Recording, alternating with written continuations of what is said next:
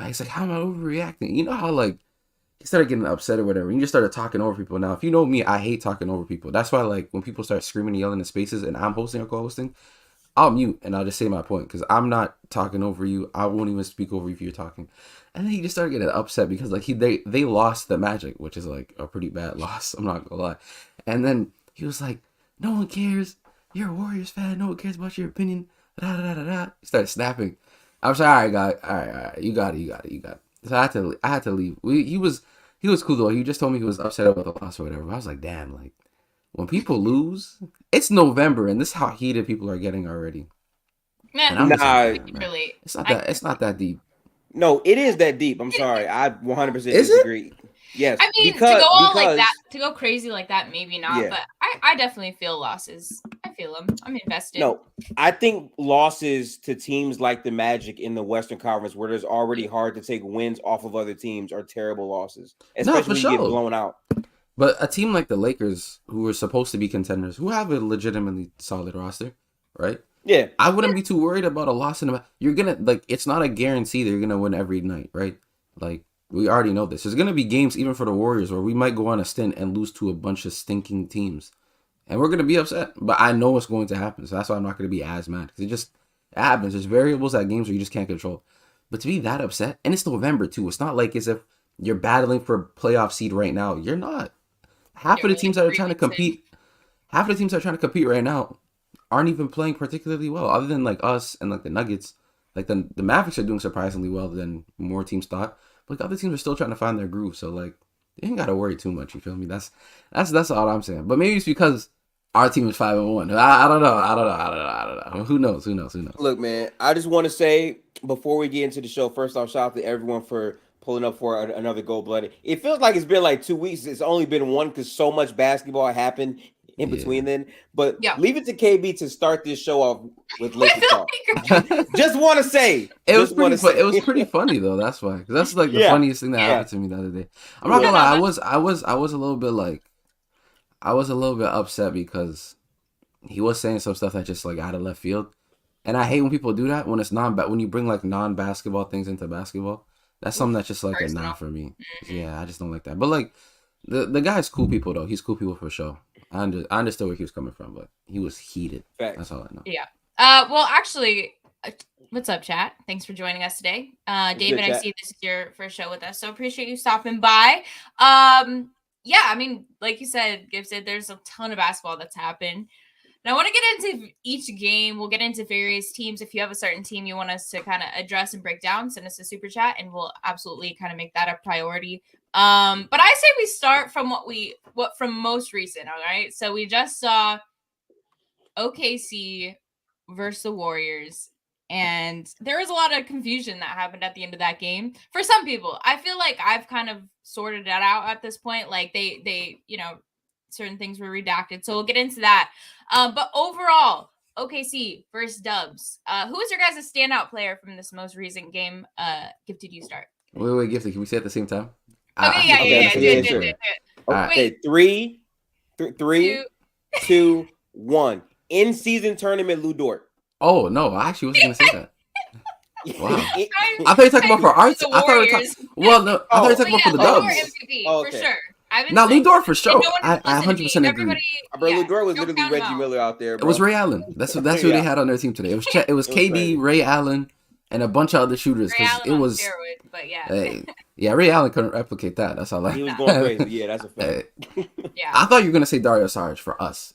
I thought no, Dario by far for us. Yeah, that's what I think Dario and Gary were the two that kind of like allowed what we did to happen. So Haley, Gary's defense when he's got the best defensive guard in the league right now. I'm not, and that's statistically that is true. Don't talk to me. When he got the stop on Chet with 6 seconds left on the clock, and then on back-to-back plays got another stop and got the jump ball. Yeah. No, GP2 I'm trying to tell people because he's not starting. That's why people don't like look at him as much. He's a bench player, so his role is like minimized. Like well, bro, when he's asked, he's like that. He is like that. People have to realize he's like that. People hold last season against him. Yeah, exactly. He's also healthy. That is important. He's he's special. Dario, man, what do you put up, like 14 points early or 20, no, he put up 20 points. He dropped 20. I think he had like 17 in the first half. Okay, yeah. I just know like he went on that tear. He's hitting those threes, and he's been so special for us, man. Like it's crazy. You know, we say this all the time. Players that come to the Warriors, we get the best out of these players, right? Dario was kind of flying under, I don't know, under the radar a bit when he was with the Suns and then OKC. Like, you know, he just was. I mean, he still got it, but he didn't have such a major role where he can kind of make a name for himself again, and that's what we're seeing him do now. And he's been so special. He's more athletic than Bjelica. I know people like to compare them, and you know, both Euros, I guess, is what they've got in common. But he's been great. Yeah. So, kind of walk me through. Gifted, you're good at these breakdowns. Walk me through that game. You said Lou Dort was big for them, but what do you think was the turning point for this game for us? Because it could have easily ended in a loss. Easily. So first off, I gotta say, the way that this game started last year, oftentimes we get off to like a really rough start. Man, when I saw Draymond hitting these threes, which by the way, he's shooting 40% from three so far. Just want to point that out. 2.5 attempts. Shot looks a lot faster than before. I've been praying for this Draymond for 3 years, but small sample size, KB. So I hear you on that. But I think that 40% on 2.5 threes.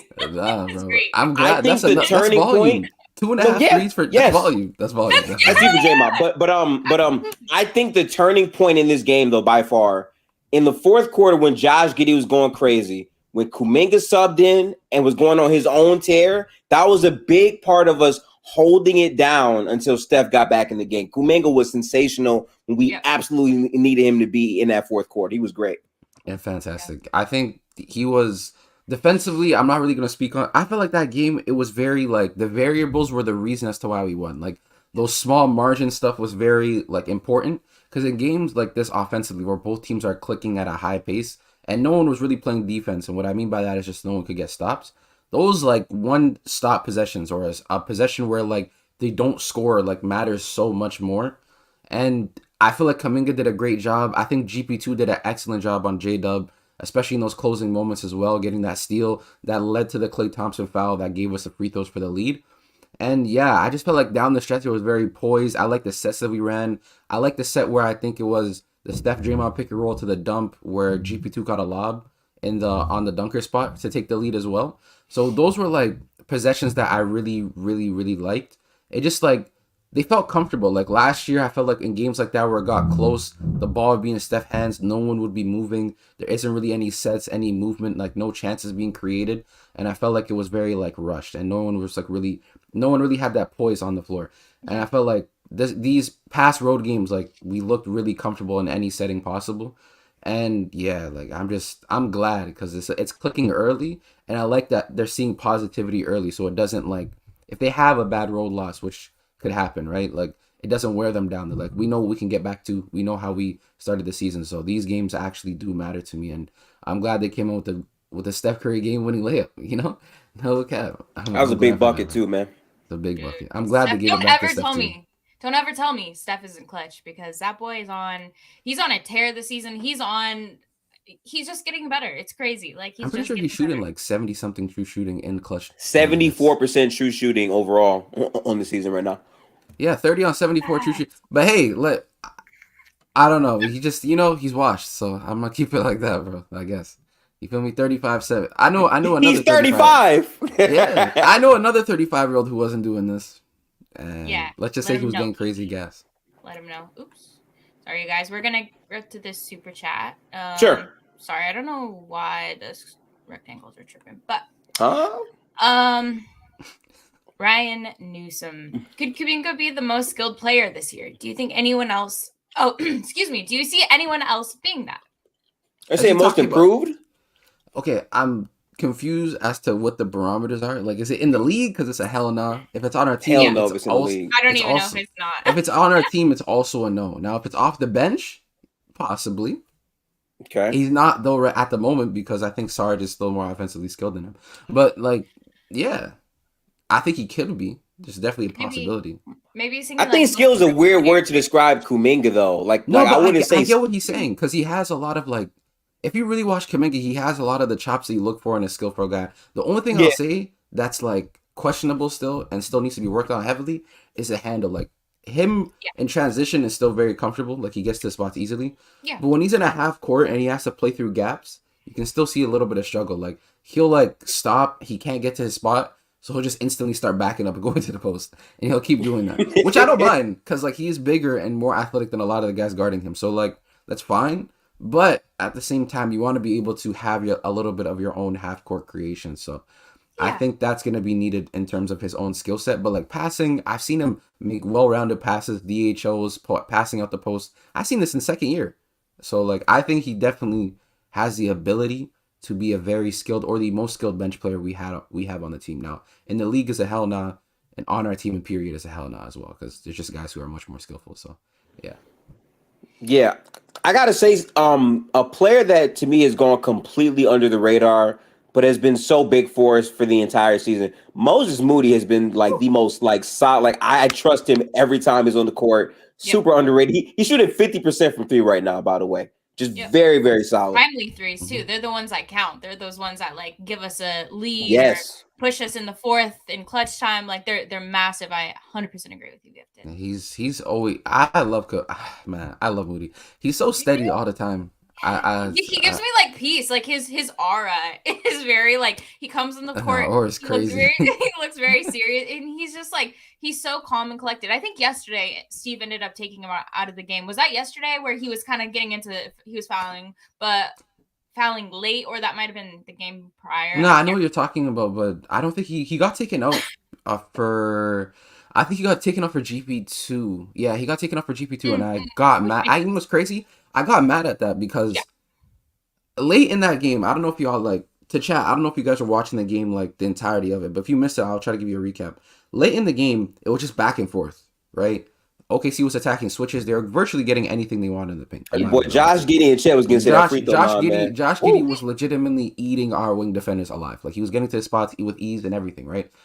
And you know how the Warriors play, small ball. Steve Kerr is a small ball addict, so I was on stream, very upset, yelling to the top of my lungs. So much so, my parents had to tell me, stop screaming, you need to chill out. But anyways, so we have Moses Moody and Kuminga on the floor, something like that.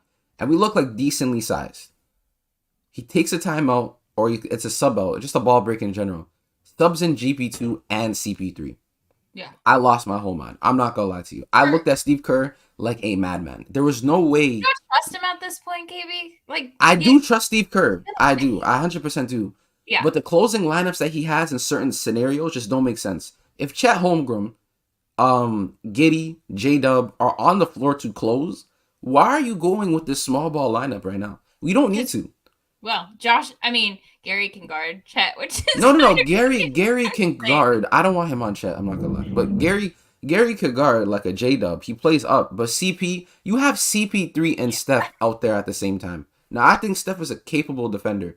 But I don't want him to be defending on ball and trying to get matchup hunted. And then on top of that, you have CP3 out there, who, I'm not gonna lie to you, in that game had really good hands. He was swiping and getting a lot of steals. Yeah, he did. I don't know if y'all noticed.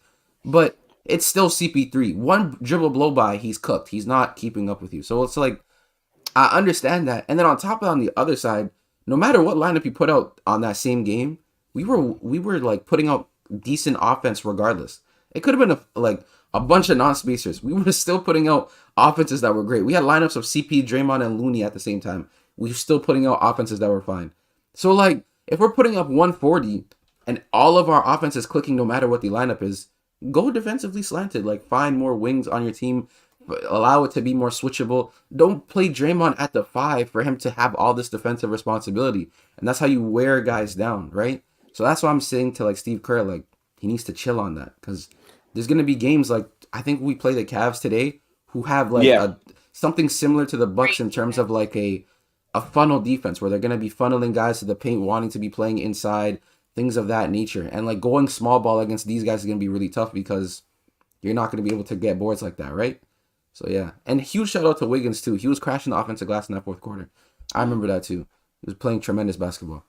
So I've given this some thought, right? And I think I've come to an answer as to why Kerr is playing these smaller ball lineups. So I do think the offense is better with the small ball lineups. So I get that part. But B, I think the real reason why is obviously you're going to give up more defensively, but I think he wants these guys to be in critical possessions together because I think ultimately the overall closing lineup when you're closing, I do think Chris Paul is going to have games where he's in there.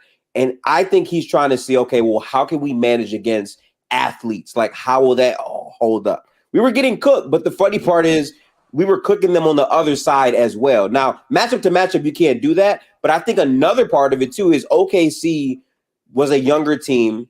And having GP out there, I mean, the way he got underneath Chet, the way he got underneath J-Dub, he really showed that he was able to disrupt them. Now, do I want this happening in every matchup? Absolutely not. But I think that was a big part of why, because every time Chris Paul was out there, which, by the way, Chris Paul, I think, is shooting like a 36% true shooting on the season. But if you're watching the games, we don't speak on that. right. But like he's been so impactful with the decision making, like the play where he made Draymond the inbounder so they couldn't double team Steph playing the Kings, and then Steph got the 2-for-1 bucket, which led overall to the Klay Thompson game winner. Right. Like it's the IQ plays like that makes him want to close with Chris Paul more.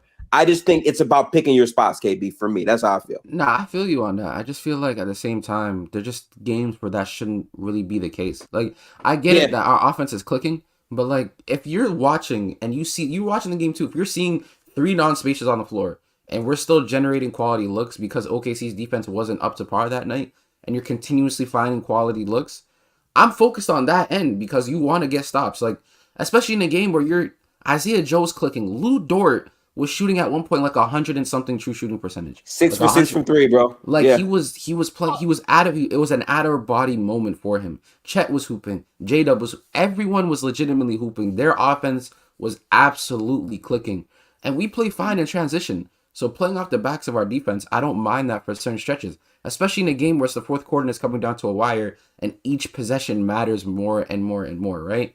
So that's why I'm saying that. Like, I'm not like completely disagreeing with the small ball stuff. Like, I don't mind it, but there's certain games and certain moments where you're going to need it, and there's also certain moments where you're not going to need it. I just felt like that game was one of those moments where you didn't really need it, but we wound it up with the win anyways, which is fine. But at the same time, you put yourself into those harder predicaments for no reason when you make adjustments like that for no reason. So that's. I'm not gonna lie. Can we think of like this comment, right? So we won. Chris Paul only had like 2 points, right? Let's ask ourselves this. Imagine if Jordan Poole had 0 points or had 1 to 2 points, right? Like the lineups would be absolutely cooked. So to me, it's a testament that Chris Paul has had such a good floor game. He's been able to override that. Imagine when Chris Paul is making his shots, making his threes, making his pull-up 16-footer, right? Like that drastically will bend the court even more. That's what I'm waiting on. I hate telling good people bad news, but I guess, I guess, bro. Yeah. Hey, bro, he's not going to shoot this bad for the whole season. Come on, KB. I don't think he's going to shoot this bad, but I think he's going to shoot bad.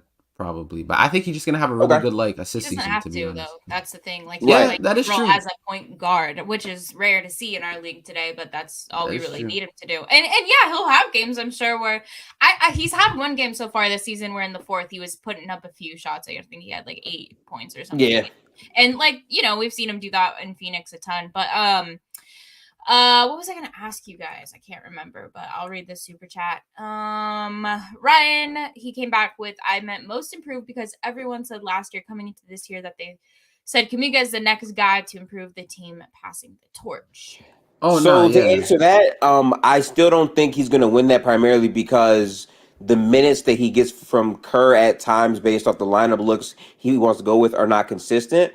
And I think that spot is reserved for Tyrese Maxey now, to be honest with you. Like the way that he's been playing from a playmaking sense and also a overall efficiency sense, averaging 26 points right now. I mean, I think it's his award to lose, but I do think Kuminga is going to take a dramatic step this season in general.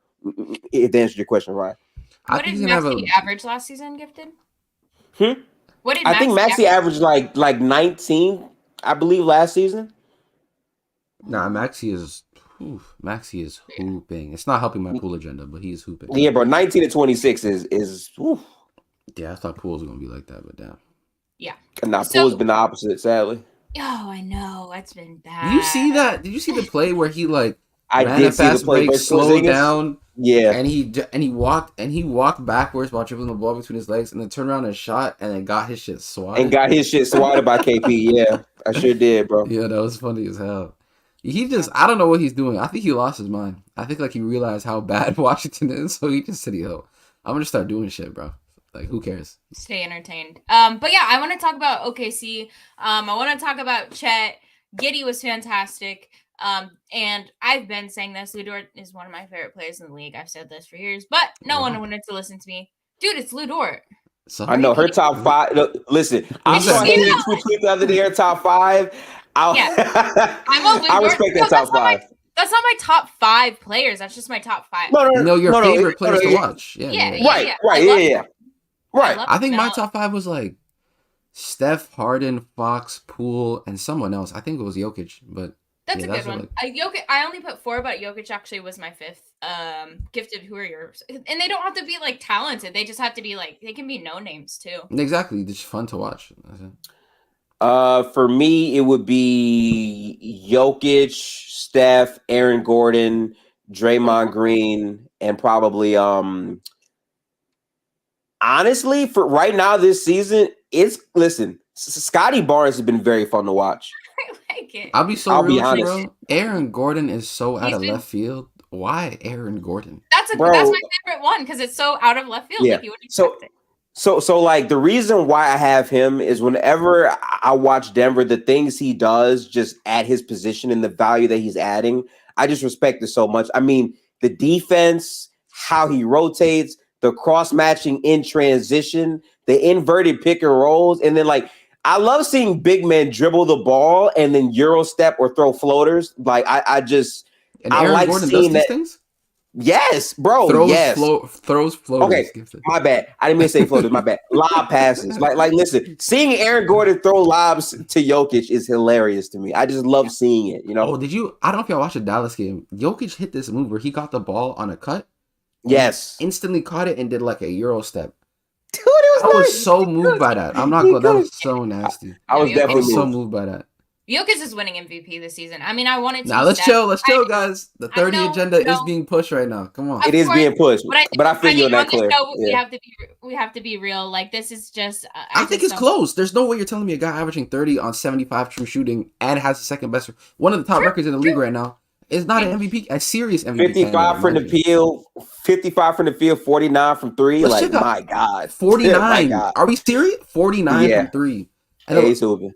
I don't know if y'all noticed, but Steph has been hooping against Cleveland for a very long time, and I'm afraid he's gonna put up a stinker today. I'm very scared. No, don't put that out there. No, I don't think he will. But there's just like that. There's always that one Steph like. I hear what you're saying. Yeah. Where it's just like Steph is looking like his brother, But like, I don't mean to. Seth, if you ever see this, I love you, bro. But like a worse version of himself. I should have said that. But like, that's what I'm saying. Taken straight. I'm very scared for that. The thing is though, like last year, I would have been terrified if Steph had a bad game. But this season, I just feel like if he does, there's such a possibility that our bench is going to step up. Clay's actually. That's what I'm saying. I feel way more comfortable. Yeah, like I feel like, and I think he knows that. I think Chris Paul can come in. I think that would be the night that maybe Chris Paul does show up and score some points. It's crazy. So. It's possible, and we might lose tonight. But actually, everybody in the chat, we're not losing tonight, guys. We're not losing tonight. One underrated feeling I have, though. Sorry to interrupt you. No, you're good. But one underrated thing about the season that I like so far, Draymond and CP3. There might not be like hitting their shots, but they're being aggressive. They're looking to score. Yes, I like this. I'm not gonna lie. I was so blown away. The amount of Draymond blown layups that I seen in that OKC game was crazy. He missed like a baseline wide open layup. He missed a touch pass he was under the basket looking up like this. Yep. And he missed point blank range. I was so sad, but I'm like, at least he's taking these shots. At least he's looking at the rim. You know what I'm saying? Like I will take that every day. Before it would be point blank range. Where's Steph for the DHO? That's literally that's what it was. I will never forget the Draymond play where he's right at the basket for the floater. And that's just how I'm like, Draymond, come on, man. Come on, dude, bro. that made me... Oh, that was the game before, right? I think that was versus Memphis. I think that was versus that was like 2 years ago versus Memphis in the play. I know what game you're talking about. Remember what I'm talking about? Bro? Yeah, bro. Yeah, where he threw up that dumbass floater too. Oh my god, bro, don't piss me off. Speaking of Memphis, oh yeah, 0-6 right now. Yo, put Gifted in the tight zoom. They just lost to Portland. Put Gifted in the tight zoom. Put Gifted in the tight zoom. Put Gifted in the tight zoom. I'm here. What? I'm waiting on it. I would like for you, Gifted. I don't want to be here. Okay, I'm listening to you. Okay. I would like for you, Gifted, to apologize to me. I can't do it. For what? KB, I'm sorry. You were right about Memphis. The floor is yours. What? I'm confused. Okay. The floor. You know what I'm talking. Don't be confused now. You know what I'm talking about, bro. Listen, you know what I'm talking about. You said Memphis wasn't gonna make the playoffs. I said that's not crazy, but I disagree. I think they'll make the playoffs, and they're 0-6 right now. I mean, did you not? What? Did you not think that they were gonna? Did you think they were gonna be fine without Ja? Yes or no? No, I thought they would have issues. I didn't think they'd be this bad. I didn't think they'd be this bad though. No, you thought they were fine without Ja. Because when I initially brought up let me explain. Because when I initially brought up the point and we were talking about it, you were telling me how there was years prior where they didn't have Ja and they were fine and they were actually doing really well against teams because off the backbone of their defense. I can't hear you, Gifted, if you're talking right now. Oh, yeah. I also mentioned that they had no Tyus Jones, which could hurt them, but they're going to be a defensive-minded team. I also pointed out, no Brandon Clark. Uh-huh. I think Steven Adams is. I said that too. And so I told you that these niggas it's going to be a bad year for them. And you disagreed. I remember takes. All right. Now Haley put the camera on me. Now Haley put the camera on me. We're gonna talk about this. The Tyson ain't working today. They're trying to cop a plea for my boy Gifted right now, but it's not. No. Okay. So like, first off, I want to be clear, right? A lot of our conversation was before we knew Steven Adams wasn't going to be there. That's number one. Not for me, at least. I just knew that. Okay, without Ja, I just thought. No. Right. But I'm just clarifying for the chat. Our convos happened before Adams was going to be there. In my mind, I thought they would at least be able to tread water, be near 500, and then when Ja comes back, they'll be a much better team. Because to me, Adams provided so much for them in terms of putting JJJ in the right spot to hunt blocks, a great positional defender. He aided their rebounding efforts, and he set good screens on offense. Losing that player while not having Brandon Clark changes their construction dramatically without Adams on the floor. So not having him, I said, okay, this is going to drop Memphis several spots. So me personally, coming into the season, I figured Memphis was going to be in the play-in. Right now, they're 0-6, and guess what? I've watched these games. I feel like every Memphis game is a must-watch because how long are they going to go without a win? Haley, I hope you're watching. I watched the Portland game. I watched it all the way through. Yeah. They were up. They choked the lead. Malcolm Brogdon was sensational, and they lost in overtime to the Portland Trailblazers. Their offense doesn't go anywhere. Their defense is solid, but it's not enough when you can't score. Like, they're showing the issues that I thought was always there. Not having a solid enough big man, also not having Santi Aldama is very tough on them. Should we have these discussions about Triple J yet? We might have to have this talk. Oh, wait a minute. This is interesting because you're higher on him than I am. I am higher on him. Yeah. But I can also be real. Okay. You know, cool. I'm always a realist. So facts. Okay. We need to have a discussion about this guy. So Jaren Jackson Jr. or Ayton? Oh no, don't do that. No, we're not. No. Ayton's been having a horrific start to the season too, as well. Like it's not even. He's getting better these last couple games, though. I'm not gonna lie. He been hooping these last couple games. It's not even on him. It's 8 points a game. Are we seeing? What's Jaren Jackson Jr.'s? What's his excuse? A lot actually. You're missing your best player and a lot of role players. So like he actually has an excuse. DeAndre Ayton's playing non-winning basketball with a bunch of young guys on his team right now, so he can do basically anything he wants offensively. He's playing a lot better these last 3 games. I've been watching him. Like he started out bad. 100% I agree, but ever since Brogdon has stepped up into that point guard role, getting him the ball more, he's been playing much better basketball. And I think Haley's frozen, which is hilarious, by the way. Yeah, she looks disgusted right now. But like, she looks disgusted, yeah. It's like, what? Nah, but yeah, DeAndre Ayton is not in Triple J talks. He's in like Miles Turner talks. You feel me? So like that's That's like a more better realistic comp for him.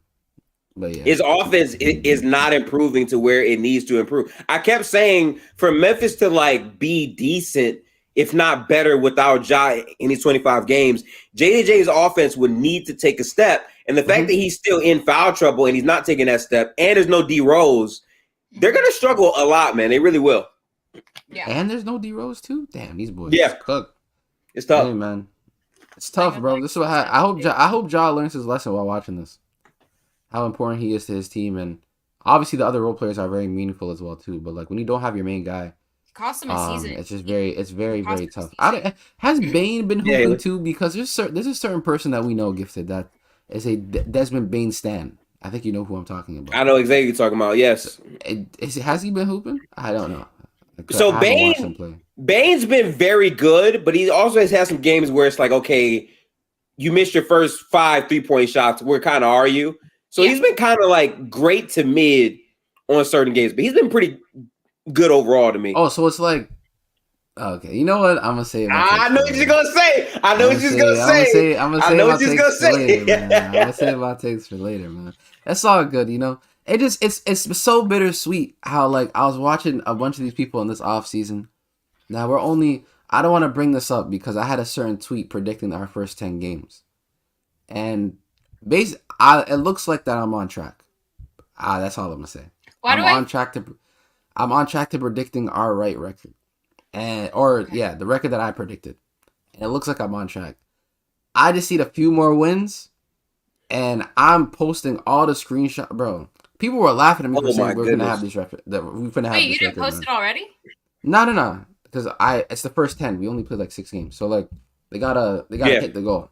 Okay. They need 4 more wins, and I'm looking 4 more wins for us to hit it. Yeah. Yeah, and I'm looking at our schedule right now.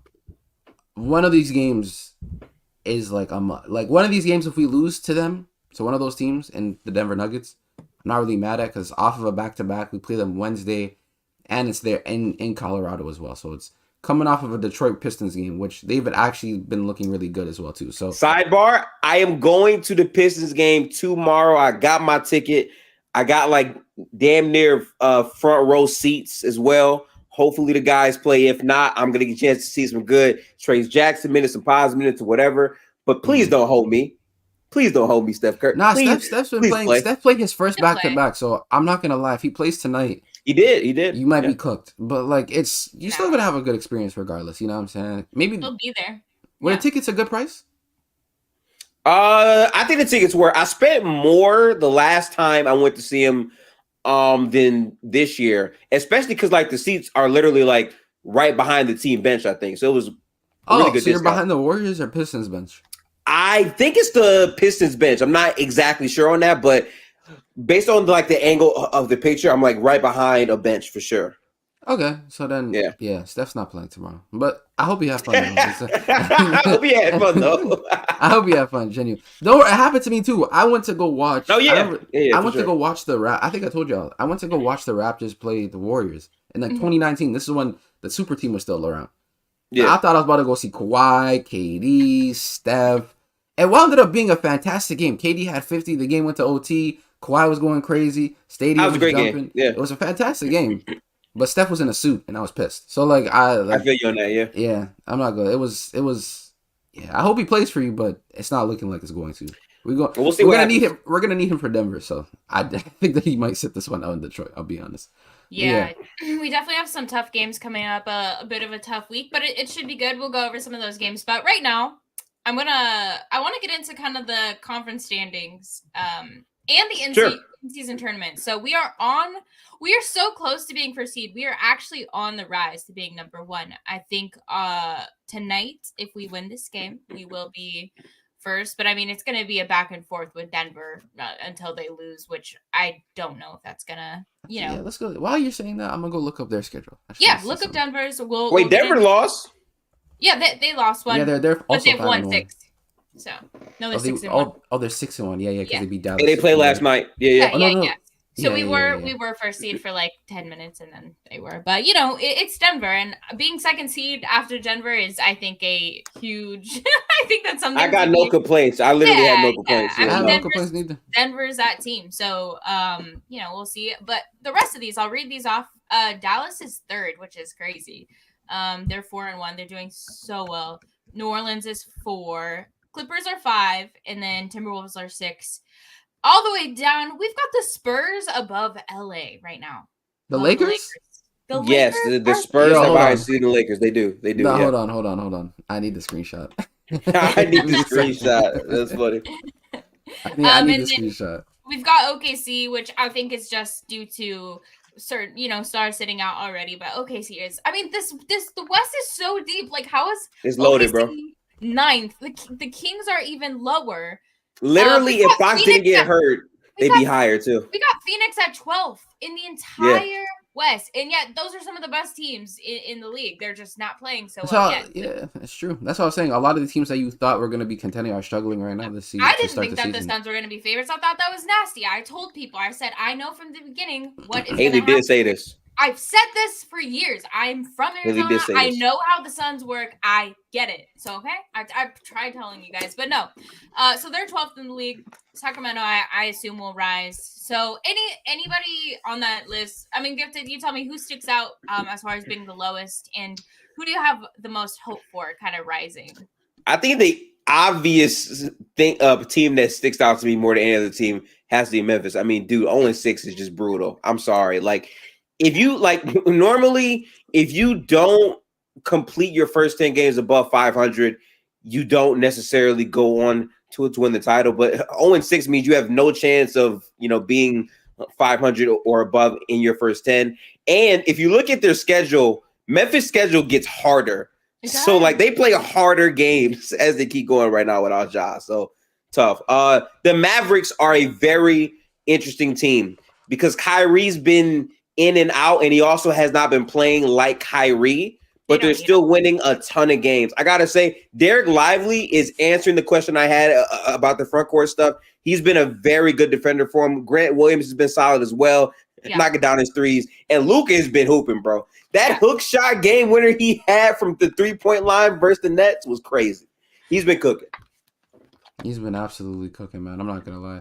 What sticks out to me from the standings, I'm not gonna lie, Dallas starting off really well as well. I didn't think they were gonna start out. I thought they were gonna be like 500, still trying to figure it out, But they've been playing very solid basketball.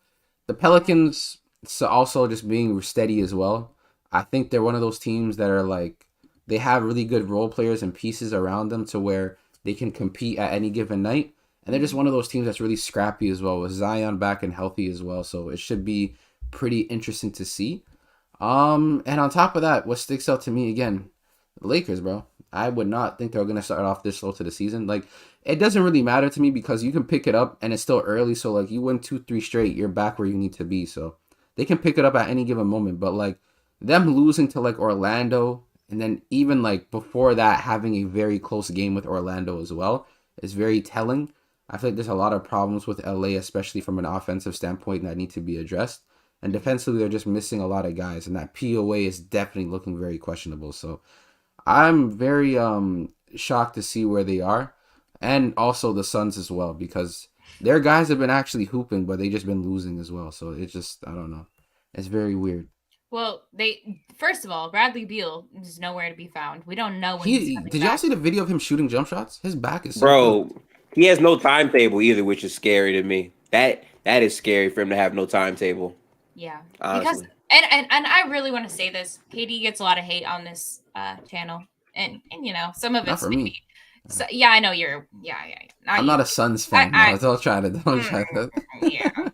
But I do want to say, like, he's been holding it down incredibly well. KD has been hooping at such an elite level, and I mean that's a tough ask when you walked into a situation you thought you were gonna have a lot of help. It's giving me flashbacks to Brooklyn in a way, because KD was the one guy who would consistently be on the floor if he could be, right? If he wasn't injured. And that same scenario is starting to play out now. And Devin Booker's already dealing with some injuries. So, Yeah, I'm extremely worried. Some people might think there's no alert that we need to be up on for Phoenix at this point in the season, but I disagree. I think if you don't get Bradley Beal back, and Devin's gonna most likely keep having some type of injury at some point in the season, and KD might suffer something too, I'm extremely worried for this Phoenix Suns team. But it's exactly what I predicted. So I just hate it because it looks like they're on track to do the same thing that happened with the Nets, where like KD had to basically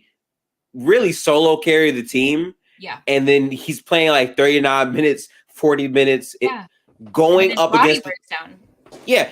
And they're losing to teams that like are clearly like not playoff, maybe not even play-in teams. And it's like, how long can KD play these heavy minutes night to night without potentially hurting himself? Obviously, we knock on wood. We don't want anyone to get hurt. But that Suns team is really in flux, especially with every other game Booker is playing or not playing, and Beal is nowhere to be found. And that's really their roster. Like, without those three guys playing, it's a much different team. Yeah, you got like Josh Okogie who's hooping, and like you got Nurk has been all right, but you don't have guys that are just like, their bench isn't that good. It can't carry. Grayson Allen, I mean, they're good players, but you have to have. Hey, they have Eric Gordon. He's had some good moments. Yeah, I'm trying to fake gas, but man, shout out Aaron Gordon. He been hitting my parlays for me. Okay, I love Eric Gordon. Oh, there you go. 3 assists every time. Yeah, that's Suns, man. They got some questions that need to be answered ASAP because it is not even. I'm not gonna lie to you. The Kings too, 2-3. I know Fox is out. Let's talk about the Kings. Let's talk. KB, give us a rundown because we beat them every time. I feel like why y'all asking me? Ask the fellow Kings fan right here. We'll get there. But nasty work, man. Yeah, because we've had some great games with them as well, and they played well. Now they played well, but we're just better. But like I was saying, so the Kings, I think they just had a rough start. They're still very competitive. It's not like they're getting blown out or anything like that. They competed with us, or I should just really say Fox competed with us. But yeah, like they're still a very scrappy team. It's another one of those teams that like if you're a playoff team, like you should be better. Like a Suns team should be the better team in a playoff series, or like a Clippers team, or like a Nuggets, the Lakers, or even us. But they would give you tremendous issues in that series, right? We all know that. So, like, especially coming off the season where they look very competitive, one of the better offenses in the league, I think the best offense in the NBA in terms of offensive rating. So, it's been kind of underwhelming to start, but they're another one of those teams that all they need is a stretch, and they're back in their groove. So, I'm not really too worried about it because all these teams are very competitive, and they're just better than a lot of other teams in the respective conference. So once they hit their stride, then, I think they're going to get back to where they need to be. That's why I'm even more happy that the Warriors are at where they're at right now, instead of being a middle-of-the-pack team, because they get to sit comfortably for a little bit, like in terms of not having to worry about record. They get to like take it day by day and not worried about like seeding this much early. And they're just taking it like game by game. And I really like the approach that we're having so far. So yeah, I'm very pleased, but I'm also still like, it's kind of been underwhelming in terms of the competitive teams out in the West so far. Mm-hmm. I've had so much fun watching hoops. This year, as a creator, I'm doing something totally different. So now I have a spreadsheet. So I'm like mainly tracking exactly how many games I watch. In total, I've watched 39 total games. For each team, if you add up all the numbers, it's like 78. You know what I'm saying? Like a lot of basketball. I feel like every day it's been competitive for every single team. Like even right now, I'm watching Spurs Raptors, and it's just up and down defense, physicality. Like I like where the league is right now, honestly. Yeah. That's what Jay and I were talking about on Thursday, how this is some of the best like all around league basketball I've ever seen, because there's so many, all the young guys, those guys that are hitting their third, fourth year, leading these younger teams are competitors. Like they can go up. I mean, the Spurs are the only team that beat us in preseason, and I thought that was just a fluke. But at this point, I'm seeing that no, they are. Now the Spurs is hooping. They're seventh in the West. They have some issues to work through, but they are fantastic. Like OKC, we won last night, but we could have easily lost. I mean, Lou Dort probably isn't going to have another legacy game like that, but you can't rule them out. They didn't even have Shea. So, man, we have to put some respect on these young teams. I mean, Minnesota's 6 right now. I don't have a lot of thoughts on them, but So I don't know what the West is going to look like by the time the season ends because every team is just so closely talented, and I think injuries are really going to be that deciding factor. And And I that's don't want to exactly see why, any. Haley, for me, every win right now, while teams are trying to figure it out, matters. Because let me tell you something. When you wind up in a 3-way tie Yeah. and you lost against Charlotte, you lost against Yeah. Orlando, and those Yep. losses are why you don't make the playoffs as a lock, Yeah. I'm going to be, tight. You know what I'm saying? Agreed. I don't want that to happen to this team at all. So, 100%. Yeah, we need that cushion. Okay, KB, did you pull up a schedule you wanted to look through or no?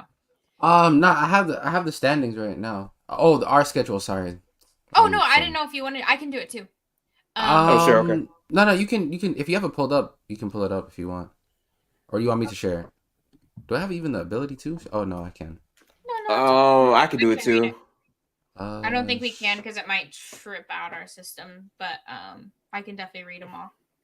Okay. We've got a really tough schedule. Well, depends who you ask, I guess. But we have Cavs tonight, so we'll do the next maybe 7 games. We'll see where we stand, what losses we'll face, what wins we'll face. But Cavs, who you guys taking with the win, realistically? It's on the road, right? Mm-hmm. Yep. Oh, okay. The thing that makes me nervous about the Cavs is obvious. Like, of course, we get to play the Cavs when they're fully healthy now, where they have all their guys back. Mitchell has been like insane, like 65% true shooting. I think 32 points per game. He's been dominant. I want to say while the Cavs are trying to get like their guys back and understanding the chemistry and continuity of their roster, I think we can maybe steal a win, but it's very tough, man. Donovan has been like a great player, honestly. Great player. So I'm leaning Warriors, but it's going to be a very tough game. Okay, maybe we'll see our little bit of OT. Who knows? We'll see. KB? I got dubs. He could be averaging 50. I still got my team winning. So I'm not really too. I don't want to say I'm not too worried because it is still a road game, and we still have a little bit of CTE in us. So I am we do. stressed, but I think we come in tonight. We start out well. I think that's been a very like. If you watch our road games, we start off very well, like in terms of like everything defensively, getting stops, putting ourselves in a position to take control of the game early so we don't lose control or we have to like last season it was a bad habit of bad starts, second quarter comeback, third quarter we're looking good and we're taking control, fourth quarter collapse and then we lose. Like it's been better, like it's been more control, and then later in the games there's still like a few stints on the road where we lost control, but we wound up winning. But I have us winning tonight. I think Steph is going to play primarily well. Like I said, he's been playing really well against Cleveland regardless. I think Draymond will play well tonight. I think our bench will look really good against their bench as well. Our bench legitimately is one of the best benches in the league at the moment. And I can say that wholeheartedly. I think we get TJD is back tonight, Trace Jackson Davis. I hope we get to see a bit of him because we probably are for this game and Detroit because it's a back-to-back. So we're going to see him in the rotation. I don't know if B-Pod got called back up from the G League, though. So, all in all, I have our team winning tonight. And they put Trace on a flight, too, KB. They did? Yeah. I heard that Trace is on a flight. He's coming to Cleveland, so he might play tonight. Yeah, so. Wait, what do you mean back-to-back? Aren't we playing the Pistons tomorrow? I mean, didn't we not just play yesterday? No. No, we didn't. We didn't play yesterday. Oh, no. Okay. Man, I'm on. No. Yeah, so no. We do play. No, we played. Oh, yeah, that was Friday. We played Friday. So Sunday, Monday, Cavs, Detroit. Yeah, okay. Exactly. We have the most back-to-backs in the league, guys. So just be prepared for a lot of back-to-backs. So. Been there, done that. Okay, so tonight we're playing the Cavs. What are some of the matchups you want to see? And to your point, KB, where you mentioned our small ball lineup, that's not going to fly against the Cavs. Like it's just not going to work. They have incredible defense. They got Evan Mobley. They've got Donovan, who you have to somewhat contain, even though that's pretty unlikely. So what are some of the defensive matchups that you want to see? I think Wiggs tonight. I really want to see how he looks against Donovan. Primarily, especially on these screen navigations. Donovan's a really great pull-up shooter. He's a great offensive screen navigator himself. Being able to slash at the basket is something that he excels at too. So kind of playing the gaps, but like at the same time, he's one of those scorers where like from a scoring perspective, he has each and every level pretty soundly. Like he can get to the basket. He has the ability to finish with contact. He can stop for the midi as well. And he's also one of the better pull up 3-point shooters in the league. So I think kind of making him be more of a passer tonight, making him make reads, things of that nature, making sure the lanes are clogged for him to kind of like navigate. I think Darius Garland is more so of the same thing as well. I don't know if he's playing tonight. Is he? He's playing tonight, right? Garland. Yeah, Garland should be playing tonight. Yeah. Garland's another one of those guys who can go off on you too. Great handle, great passer as well. So it's going to be very tough for your secondary and primary tonight as well. The matchups though, Draymond, I think he's probably going to be on Mobley tonight. I think he's looking to probably roam off of Mobley, make him more of an offensive player, make it tougher for the guard. So then that way Wiggs and like whoever our other guard is guarding, probably Clay, will be having a better job tonight as well too. So I'm looking forward to seeing those matchups as well. And then for us as well, I think we give them a lot of problems as well too. We have the best pull-up shooter in the league, one of the best off-ball player in the league as well, and I think the best guard, one of the better guard pick and roll players in the NBA, if not the best, in Stephen Curry. So I think he has the ability to obviously drag out a lot of the bigs out of the paint, have the ability to create those advantages to get to the basket as well. And I think we should use that to our advantage today. I think they're probably going to play like a funnel type of defense where they're going to show out their level, trying to make the guards fight over these screens and force like our guys to take jump shots. And we're going to have to use our ability to shoot the ball at the advantage, make them adjust, so then that way they're going to have to come out more and respect the shot. But those are some of like the game plan ideas I'm thinking in my head. So yeah. I 100% agree with Roy in the chat. Of course, it's our luck to be playing Cleveland right now as they are fully healthy. I agree with a lot of what KB said. Normally, if we play the Cavs, Draymond is looking around because having two bigs who are considered non-spacers, I mean, we can use that as a huge advantage point. I'm looking at the Chris Paul. So I think this is a matchup that Chris Paul can have a lot of success with, in terms of really manipulating the pick and roll and using that to create other advantages for our shooters and getting downhill.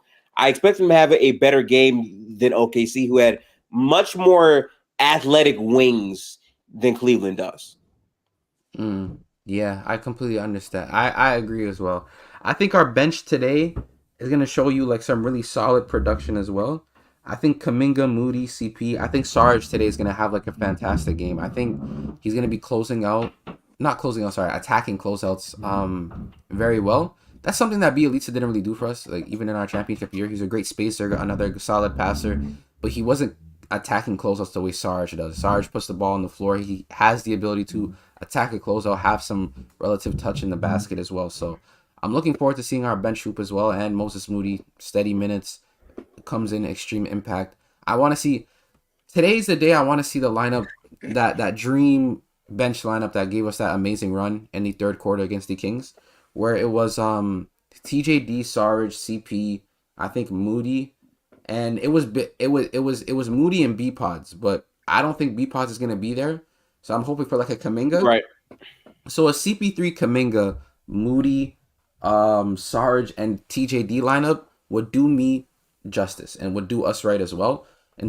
Everything you're looking for from a bench lineup is there: initiation, passing, shooting, cutting, defense, transition play. You can push the pace. You can also slow it down. You have guys on the floor who are able. You have connected passers as well too. So like, that lineup is really sound from a bench perspective as well. And I hope to see that as well today because TJD got called back as well. I don't know if B-Pods did. I'm gonna double check right now, but yeah, I'm hoping that lineup is being played tonight. This is a Trace Jackson game to me all the way through and through. Because again, the lack of like true athletic wings to like put pressure on him is solid, but I really just want to see if his paint defense continues to be as good as it is. Because if so, a lineup featuring him and Sarge makes so much sense because he can play more interior while Sarge can space the floor for him on offense. It just fits. It just fits, honestly. Do you play them both on the floor at the same time? I think you could, honestly. Or do you... Okay. I think you could, but it determines on like who's on the floor. I don't believe that you're gonna see Allen with Mobley like every single possession. I think you'll have some times where it's Mobley with no Allen potentially, and in those types of lineups, I think that two-man can make a lot of sense.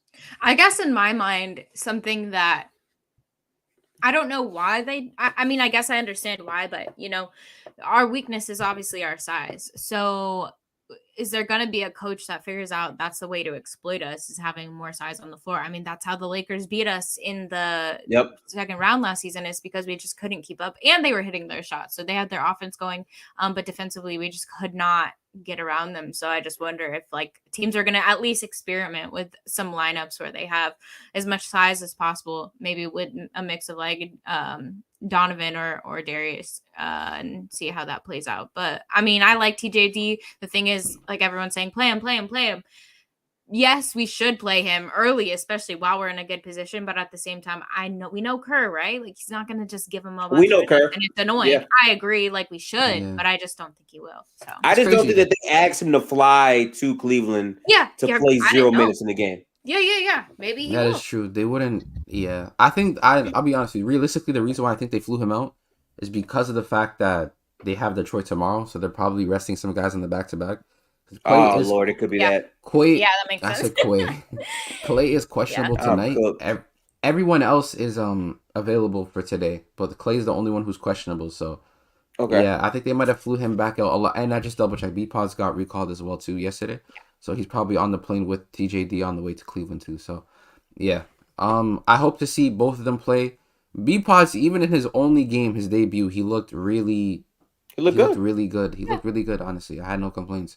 So yeah, I'm very excited, honestly. I just think our bench has been clicking on it. I'm so happy that I see Steph go out when we're down and he comes back in with a lead. A comfortable and a smile. Yeah, it's crazy. I know. It's crazy. It's been it's we actually have some security in our bench, maybe even more so. Honestly, I think we have one of the best benches. I don't know where we stand right now.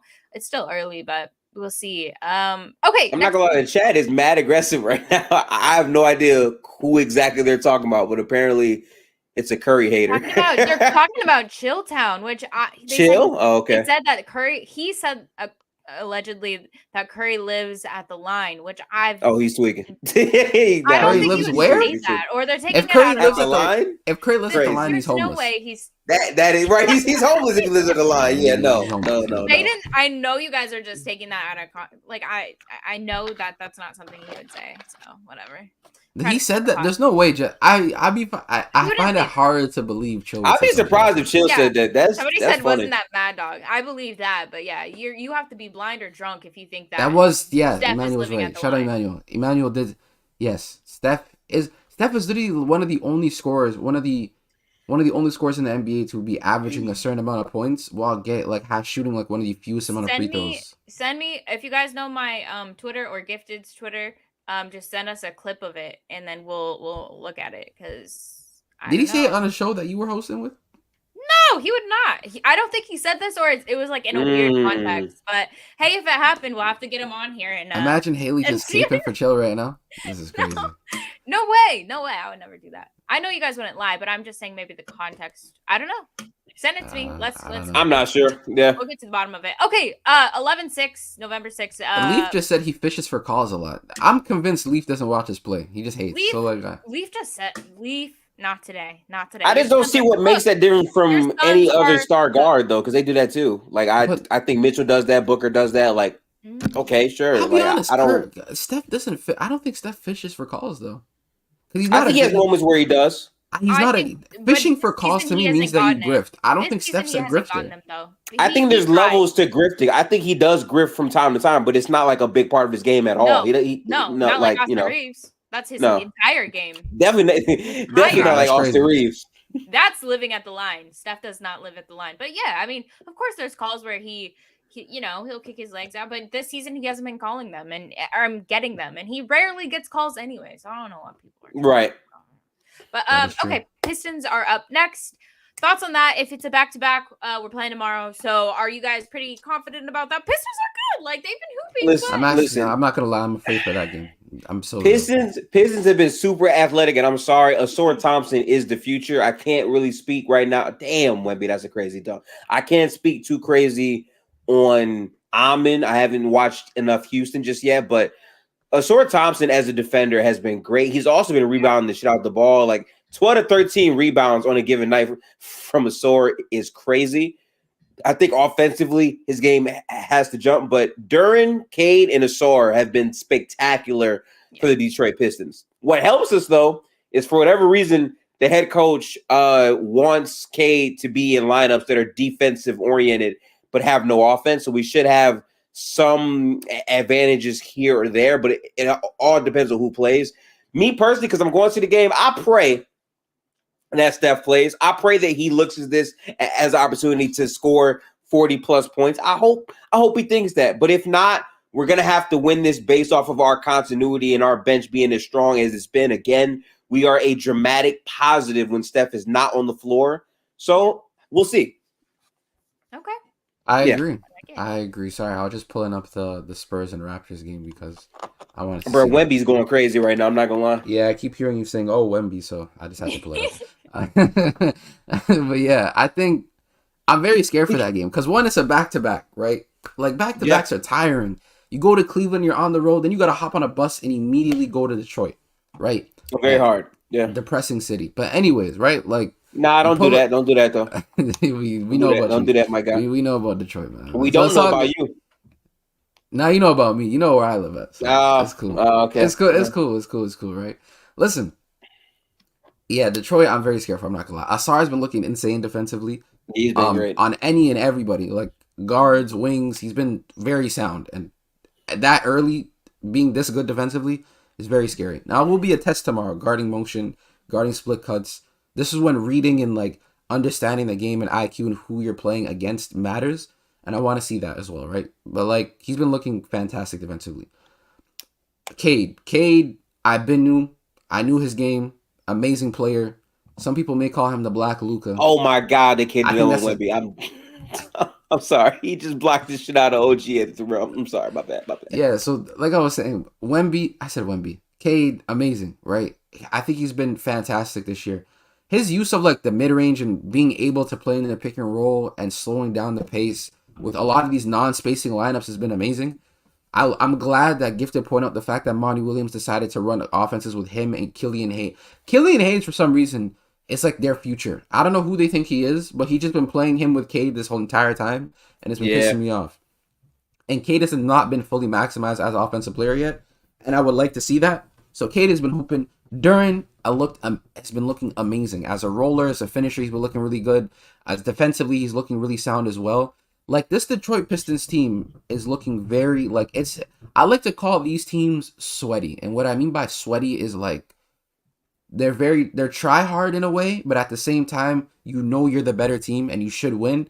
But these guys are going to give you a very tough time. Like, another example is the Raptors currently. Like, the Raptors are another team with length, size, defense, switchability, versatility. And then they also, like, on the other end, can play in transition to a certain extent. So, like, you feel me? That's how I see Detroit. And the fact that we play them on a back-to-back in an away game as well, where there's a possibility where a lot of your starting guys might be resting because you play them boys in Colorado on Wednesday. And I know the Warriors are going to value that game. Yep. It kind of scares me a little bit as well because that might be our first road loss. So, like, I don't, that might be our first road loss. But, yeah, can still see ourselves winning for sure because we are the better team. But I can also see Cade going for 35 and 8 and us getting torched. So, like, I got to be Steph to play, man. Yeah, I need Steph to play.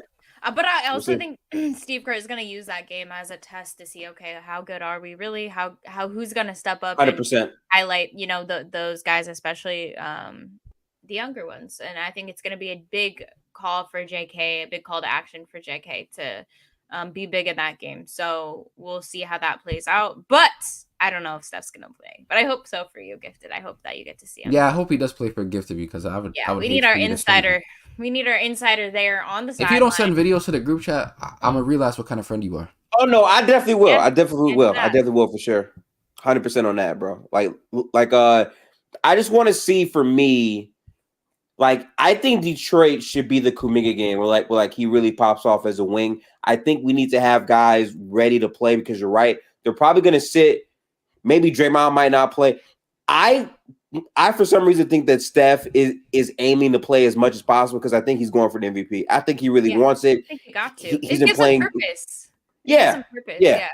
I hope he plays. I really want him to, but At the same time, I wouldn't mind him resting for them boys in Colorado so he can fry them as well. Because if we There's lose to way too like much praise for Curry without acknowledging. if we Oh, my bad. My lose, bad. Yeah. no, it's okay. Go ahead, bro. No, I'm not. You were in the middle of a thought. My bad about that. I saw Leaf say something in the chat. There's way too much praise for Curry without acknowledging the fact of all that is done.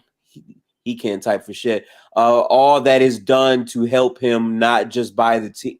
Hang on. Without acknowledging the fact of all that is done to help him, not just by the team, but by the league as well. That's insane. That is insane. Okay. That is insane. That is LeBron. You're to a T. So I'm not gonna lie, bro. I'm not addressing Leaf comments anymore. No, I'm not addressing it. I'm over I feel you on that, KB.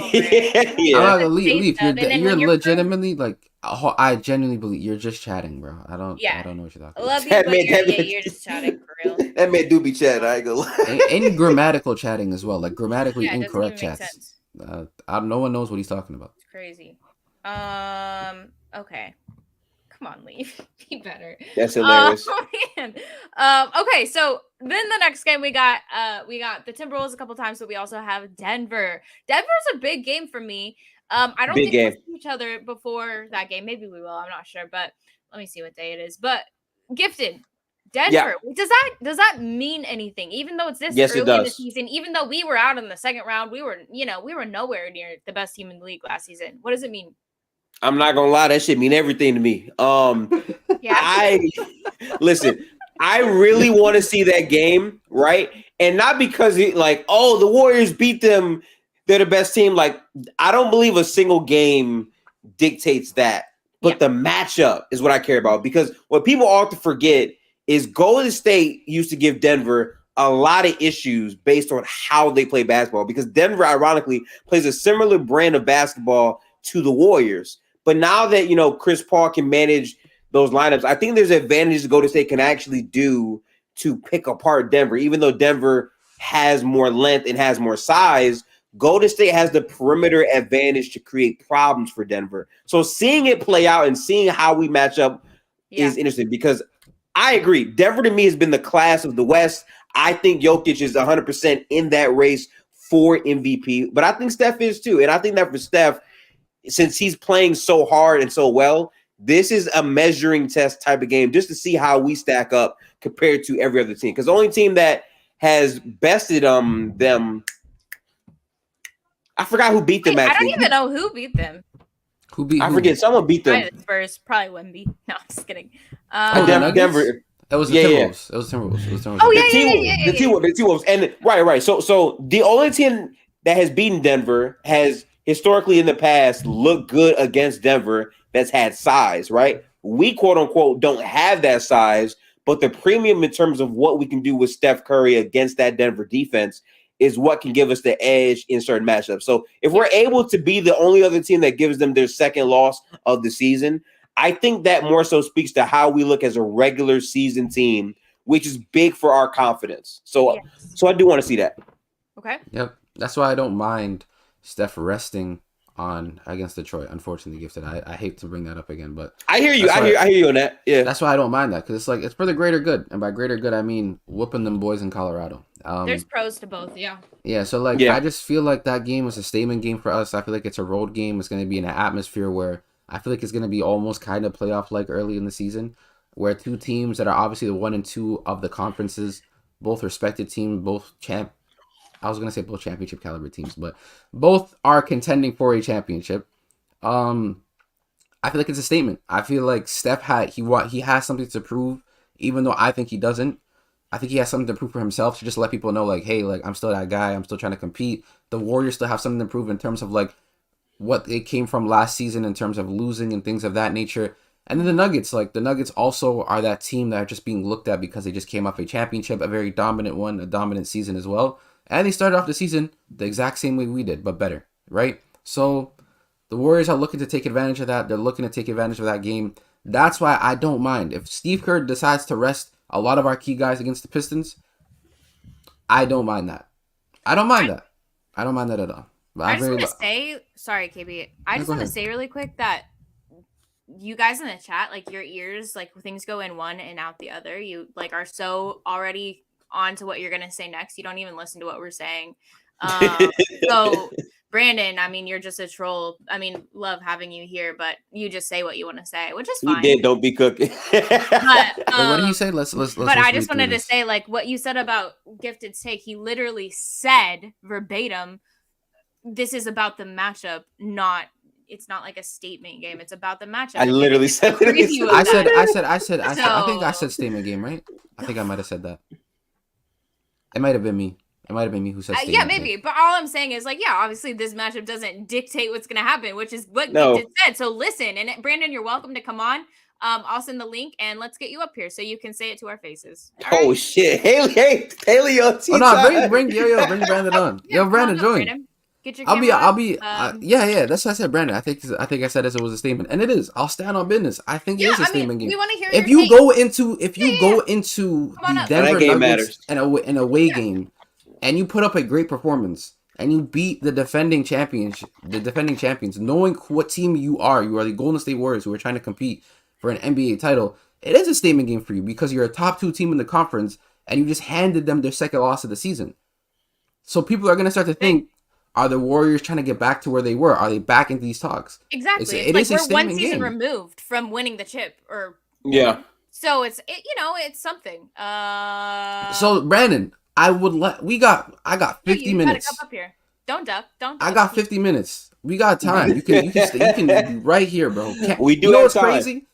You don't even need to have your camera on. Camera off can be just for you, and you can just talk. I'm not gonna lie. Me personally, I don't respect nobody without a camera. That's just me though. Yeah, Nah, but I'll even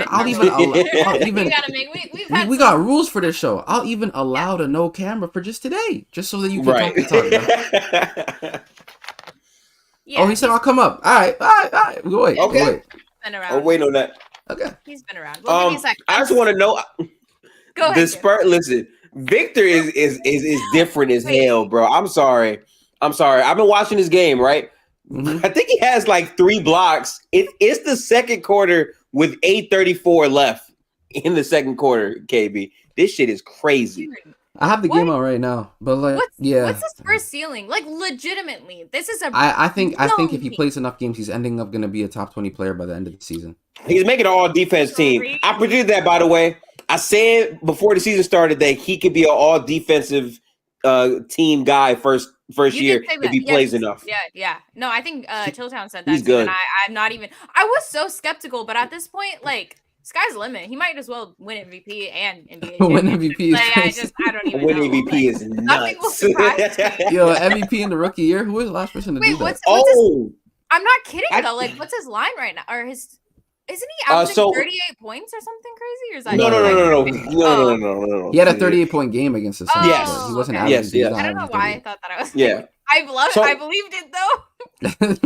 So right now he's averaging. I'm pretty sure it's 25 and I think 2. I think he's shooting like 43% from the field. No. 46% from the field, and I think he's shooting 32% from 3. But I promise you, like, I don't care nothing about that percentage. It's like Luka Doncic. Like, okay, he's not historically a great 3-point shooter, but the dude can shoot. You know? Yeah, You know what I'm saying? Like, Respectable shooter. I know what you mean. yeah. But like, we're 6 games into the season, so let's be real here. Yeah, he's good. Let's just be real because hold on, Brandon's coming up. Oh, he's here? Yeah. Hey. All right, Brandon, I'm gonna He pull you up pulled now, and let you rant. Can you hear us? Yeah. Yo, break yeah, ears. Hi, Yeah, Brandon. So here's my point. So first, Okay. there's no statement games 8 games into the year because nobody cares about the regular season. It's 82 games Oh after the my league makes the God. play. No. Let me finish. make my Let take. me- let me- Okay, let me no. Okay. I'm going to mute. You Yeah. talk for 40 minutes. Give me 40 seconds, okay? Don't care. Anyways, All right. what you guys don't get about Golden State is if you look at the Warriors roster, the Warriors are cooked. They have no size inside, right? If you play Looney at the 5, Jokic cooks you. If you play Green at the 5, Jokic cooks you. Davis destroyed the Warriors in the playoffs last year, and Davis is nowhere near as good as Jokic. If you look at Golden State, The reason Bob Myers left Golden State is he wanted the Warriors to go young. He wanted Jordan Poole. He wanted younger players. Kerr said no. Kerr wants to ride with the old gang. Kerr wants to ride with Curry, Thompson, and Green. And the Warriors are a year older. They weren't good enough to contend last year. And the West is far tougher this season. The Clippers, if they stay healthy, are much better this year. Denver's going to be better this year, too, because they actually have a bench now that guys like Reggie Jackson are there. Christian Brown's playing better. Even though they lost Bruce Brown, they have a deeper team this season. So when you look at Golden State, they're finished. They're not even one of the top 4 teams in the West, and that's presuming Golden State can stay healthy. Wiggins doesn't care. Wiggins has been lazy his whole career, and once Wiggins got an extension, he's been lazy. So when you look at the Warriors, they're an old team that isn't likely to stay healthy, and even if they are healthy, they're not contending anyways. And why is that? Okay. They are healthy. Because they don't have the roster to compete with Denver. If Golden State plays Denver, Denver has three of the top 4 players in the series, right? Denver has Jokic, Denver has Murray. Jokic and Murray are both better than anyone on the Warriors roster other than Curry. And Porter's playing better than Wiggins right now too. So the Warriors are not contending this year. They're cooked. They didn't want it. They didn't what Bob Myers wanted to make the team younger, and Kerr didn't want that. He wanted to ride with the old guard. He wanted to ride with Curry, Thompson, and Green, and they can't contend with this roster. I don't think the Warriors are going to be able to stay healthy anyways, but even if they do, they're not contending with this roster. Okay. All right, so I'll let KB go first, and then I'll respond. You can go ahead. Yep. I was actually about to say, you want to cook them first, or should I? Okay. It's up to you. Okay, sure. So first thing I'll say, so I like how you're bringing up teams staying healthy, and you're naming the Suns as your first team, who have started the season I didn't name not the healthy. Suns. You did. I didn't name the Suns once. You know, you mentioned the no. Did you not? Gifted, actually, let me go ahead. We got to get some hearing aids here. I didn't name the Suns once. I read what you said in the chat. I'm pretty sure I saw Suns. No. It's okay if he didn't. Okay. It's okay if he didn't say Suns. He named named the Clippers, who primarily don't stay healthy neither. So that's fine. But I'm not. I didn't interrupt you. I didn't interrupt you. So you do me a favor and you go on mute as well and you listen, because I went on mute. I didn't say a word. I don't want to hear a peep out of you while I'm talking. Right. The Clippers. Well, I didn't say the Clippers are contenders. No. Stop. Yes, you did. No, you said they're one of the top. Are they not one of the top 4 teams in the West? Yes or no? I said if the Clippers stay healthy, it's an easy question to answer. Yes or no? Are they one of the top 4 teams in the West? Yes or no? If they're healthy, yes. Okay, so do you not see them contending for a title in the Western Conference? Yes or no? I just said if the Clippers are healthy, they're contenders. Okay, so then what are you talking about? You bring up the Clippers as one of the better teams that are better than the Warriors, but they also have health concerns as well. So that point, null and void, doesn't matter. One, the Clippers aren't as good as Denver. Stop. We let you talk. We didn't interrupt you. I said if the Clippers are healthy. Just listen. Okay. No one's I'm not even disagreeing with you about Denver being the favorite to win a title. That's fine. I've said this openly on the show too. Okay. Anyways, you bring up the Clippers, who are primarily a team that deals with health concerning issues as well. You bring up the Lakers, who are also currently. I did not bring up the Lakers. Stop. No. I hate when people do this thing. You said the Warriors aren't top 4. Can we get some hearing aids for this Stop. show? Because if I keep getting interrupted, I'm gonna just put you backstage, so you're gonna have to listen. Saying I said things I didn't say. Are you like? Okay, 12? are you gonna listen to what I'm saying? You're gonna understand why I'm saying you're saying these things, because you implied it. If the Warriors aren't top 4, if the Warriors are not a top 4 team in the Western Conference, that means that the Denver Nuggets, the Clippers, the Lakers, and the Suns, those are the 4 teams that you think are better. Correct? Yes or no? Do you not think? No, I don't have. So who are your top? So who are your top 4 contenders then? Because that makes your take even worse. Go ahead. Okay. So right now, the top 4 teams in the West, to me, I would say are Phoenix, Denver, the Clippers. And I think Sacramento will be better than Golden State this year, too. Okay, so there we go. Another team that the Warriors, even when dealing health concerns, have beaten so far in the regular season and a postseason setting, who have a worse defense. But Sacramento's a young team. They'll be better this year. The Suns? We still are... Stop. So, again, you think the Suns are a contender as well, which Gifted pointed out, and you said, I didn't say that. So you clearly said it now. Who also are dealing with health concerns. Guess who's not playing right now, Brandon? Devin Booker. They're not playing. And they're Beal. bottom Bradley in Beal. the Western Conference at the moment. So again, that point, null and void. It does not matter. Okay. Secondly, the I'm reason not why I say you're arguing something I didn't stop. I literally just asked you You the literally question. said it in the chat. just I have asked- the screenshot right here. I would just ask you I don't the know what you question right want. now. You're saying you didn't say it. I asked you verbatim to name your top contenders. Obviously, if a team And is you not named them. healthy, they're not. You name the you. Oh my God! You But what name I'm the sa- what I'm Clippers saying- who okay. are also unhealthy. You name the Suns who also deal with health concerns. So that's one point. Let me The get to my Warriors deal second with health point. concerns My too. stop. That's fine. No one's saying they're not. A majority of the teams competing in the West, But their are roster dealing is with health actively playing. No. No, that's I don't fine. understand this argument about Gifted. health. Wait, Gifted. Just wait. Okay, because okay. I can't even get to. Wait. I can't even get to. I can't even get to my second point. I'm trying to. My second point. You're talking about the Warriors' lack of size issue, which is fine. That's always been actually a problem with me. And then you bring up their bench as well, who primarily actually have been playing one of the better relative minutes in the league in terms of bench play. CP3 has legitimately been leading lineups. I don't to where care we've been about the regular Stop. season. I'm talking about the Stop. Because you can't say I don't care about the regular season, then you'll have no sample size to go off of. So none of your takes I'm will going legitimately off the playoffs matter. the last 4 You years. okay with a completely different roster? Are you No. hearing yourself? Okay. Oh, wait a no, minute. no, You mean no. the playoffs where the okay. Clippers have been injured in the playoffs, but you only But care you about still the playoffs? have them as a better Okay. contender. That's contradicting. Okay. Are you not hearing yourself? Okay. Wait. So this debate's going nowhere. So obviously, I'm assuming. Yeah, that because you're a team- getting cooked and No, you're let- saying no, I'm shit not that's saying- wrong. No, I'm not. Am I I Let swear Brandon- sometimes let when I'm Brandon- talking when I'm talking Let and I'm me hearing ask stuff, you I feel like I'm let me not hearing ask this in you a real life. simple- I feel like here's I'm a simple dreaming. question. You Okay. he named the Clippers. You Yo, put him obviously backstage. aren't Put him hearing backstage. Put him backstage. I'm not talking over him. Put him backstage. Maybe I'm not you talking. need to just calm I'm- down. No. Let him I'm not. speak, and then you I'm can not. speak. I'm not talking This over is him. a I debate. hate. He's like 12 years old. He I can't hate have a talking over people. conversation. Put him backstage Okay, for a who's the second. Warriors' second best player? Who's the Warriors' second best Maybe. player? Stop. Trust me, Haley. I just want to explain my point quickly, so that way he could actually rebuttal. but we Just don't put him just- backstage. Okay, I'm not gonna no, yell. I'll- I'm not gonna yell. Put him backstage for a second. So I want him to listen.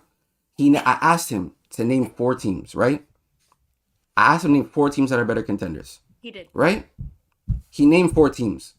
Right. 2 out of the 4 teams that he named deal with health concern issues. Yes. 1 of the 4 teams that he just named in the postseason were dealing with health concerning issues, but he completely ignores that. While in the same last 4 seasons, the Warriors have managed to actually go on a deeper postseason run than some of the teams that he was naming that were in the postseason as well. So that point legitimately does not make any logical sense. 1. 2, you cannot say I'm going off of the playoffs. The regular season doesn't matter when we're legitimately playing in the regular season and you don't have other sample sizes to go off of. Because that makes your take even worse, because when you bring up other past rosters and issues, it would not matter because it's a older and different roster. Correct? So that doesn't make any sense. That's another point. And my third and final point is, when you're seeing a team playing primarily well, and they're one of the top 2 conferences in the team, and you're seeing the teams that you are predicting, even me, I've been wrong about some of my takes, who are at the bottom of the Western Conference, the Suns, the Lakers, who are literally worse than the Spurs in terms of record currently, who are struggling, and you're watching the Warriors, who guys have predicted to play mediocre basketball, primarily play well, and they've been by far the second best team or the best team, I don't really care what you say, in the West, then that leads to something. And those type of takes just make no sense to me. Yes, size is going to be an issue against the Nuggets.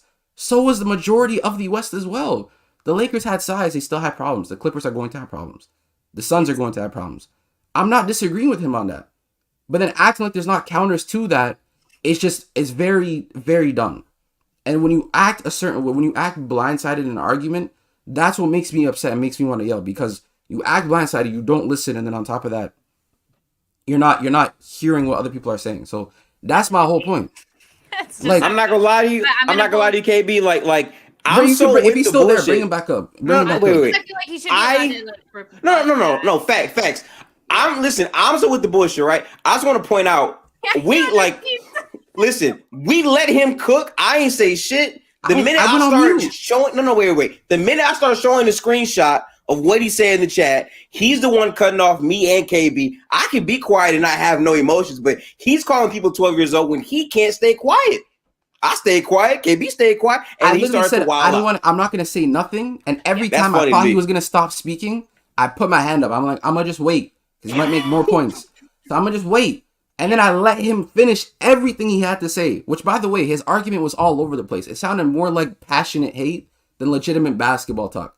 Bro, he said the NBA regular season doesn't matter, and then said, "Yeah, the Clippers like they haven't been hurt in the playoffs." I don't get the logic doesn't logic anywhere in his argument. Yeah, but I just want to say, like, from cool. my perspective, like the sample size, if you're going to use the Clippers as a sample size, like they have been far less successful over the last 4 years than Golden State. So I'm just going to say that, Brandon, I'm going to bring you back up. You can share your last thoughts on this conversation, and then we'll go. Okay, I mean, I was going to say my own name, Gifted. You can rebuttal with him after. Like I said, my piece. Yeah, no, I'll keep this simple. I mean, KB just talked for 20 minutes. I didn't hear a single logical or substantive thing. You also said Killian Hayes was playing well this year. Killian Hayes is shooting 30% from the field. Buy a fucking TV. Okay, so here's my simple point. If you look at the Warriors roster, okay, the Warriors' second best player right now is Andrew Wiggins. Phoenix's second best player is Kevin Durant. Denver's best player is Jamal Murray, and the Clippers' best player is Paul George. So the Warriors' second Denver's best player is what? Let me finish. What I'm saying is the Warriors' second best player is nowhere near as good as the second best player on any of the top 3 teams in the West, all of whom have significantly better rosters than Golden State. And obviously, I'm presuming every team stays healthy when we talk about contenders. But when you talk about a small sample size with the Clippers, Kawhi's won 2 titles. He's proved himself in the playoffs if he's healthy. Paul George has played well in the playoffs. When was the last one, Brandon? Indiana too. When was the last title they won? The Kawhi's won 2 titles. That's 2 more than Golden State has won in the last. Kawhi? Kawhi's proven himself in the playoffs. What was the most recent one for Kawhi, Brandon? Kawhi's proven himself in the playoffs. And again, Denver's the team to beat, not the Clippers anyways. Denver's top 3 players are better than the Warriors' top 3 players. Denver's starting 5 will obliterate Golden State. Anthony Davis obliterated Golden State last year, and Anthony Davis isn't remotely as good as Jokic. And no, I don't hate the Warriors, but they're cooked. They're old. They're a year older. They weren't good enough last year. I mean, the Warriors couldn't beat the Lakers. The Lakers got swept by Denver. Denver's better this year. 1 + 1 is 2, and 2 + 2 is 4. The Warriors are not contenders. Okay, valid. Okay, Well, not really, so I just want to note before I say anything, we stay quiet. So I would appreciate it if you could stay quiet, Brandon. And let's go through some of these points, right? Fine. The reason why injuries popped up is you mentioned injuries because you questioned about if Golden State could stay healthy. And I did not understand you saying that. You did say that when you're talking about the Phoenix Suns, a team that has literally started out their season without Bradley Beal and without Devin Booker, and they already have injury concerns. With the Clippers team that historically has had injury concerns in the playoffs. We literally saw last season where Kevin Durant was out there going up against that team, and the Clippers did not have Paul George or Kawhi after those first 2 games. That's number 2. Now, I hear your point about the number 2 option, but you saying 1 + 1 is 2, you do realize basketball is not a math equation, right? Basketball is about matchups. You can sweep one team and then play a different team that matches up better than you do. Now, the Lakers, absolutely, they did beat the Warriors last season, but acting as if it didn't come down to Lonnie Walker having 15 points in the 4th quarter, Jordan Poole being an unplayable player, and Klay Thompson having the worst shooting variance of his career in the series. Like, that doesn't matter. I find that very weird, especially when you consider that the Denver. reason the Lakers beat No. I did not cut you off. I did not cut you off. You gotta listen. Gone. So again, I'm not gonna do like the whole back and forth stuff because if y'all notice, chat, I stay quiet, KB stay quiet. I'm gonna continue making my point now. So again, saying 1 + 1 is 2 and 2 + 2, that's not how basketball works. If you watch basketball is super predicated on the matchups, which goes back to KB's point about this being an important game for the Warriors versus Denver. Why? Because Denver has looked like the best team, and we have not seen our team with Chris Paul and the special bench unit we've had so far match up specifically versus Denver. If you're trying to get out of the West, the team you're most concerned about matching up with is Denver. We don't have the size. I can agree with that. But where we propose a problem for Denver and other teams is our bench is probably a top 2, if not the best bench in the Western Conference based on how they're playing right now. Now, I don't cash in checks off 6 games. I agree. We need a much bigger sample size. But to clearly have teams over other teams when we're 6 games in, and so far what we're seeing in these 6 games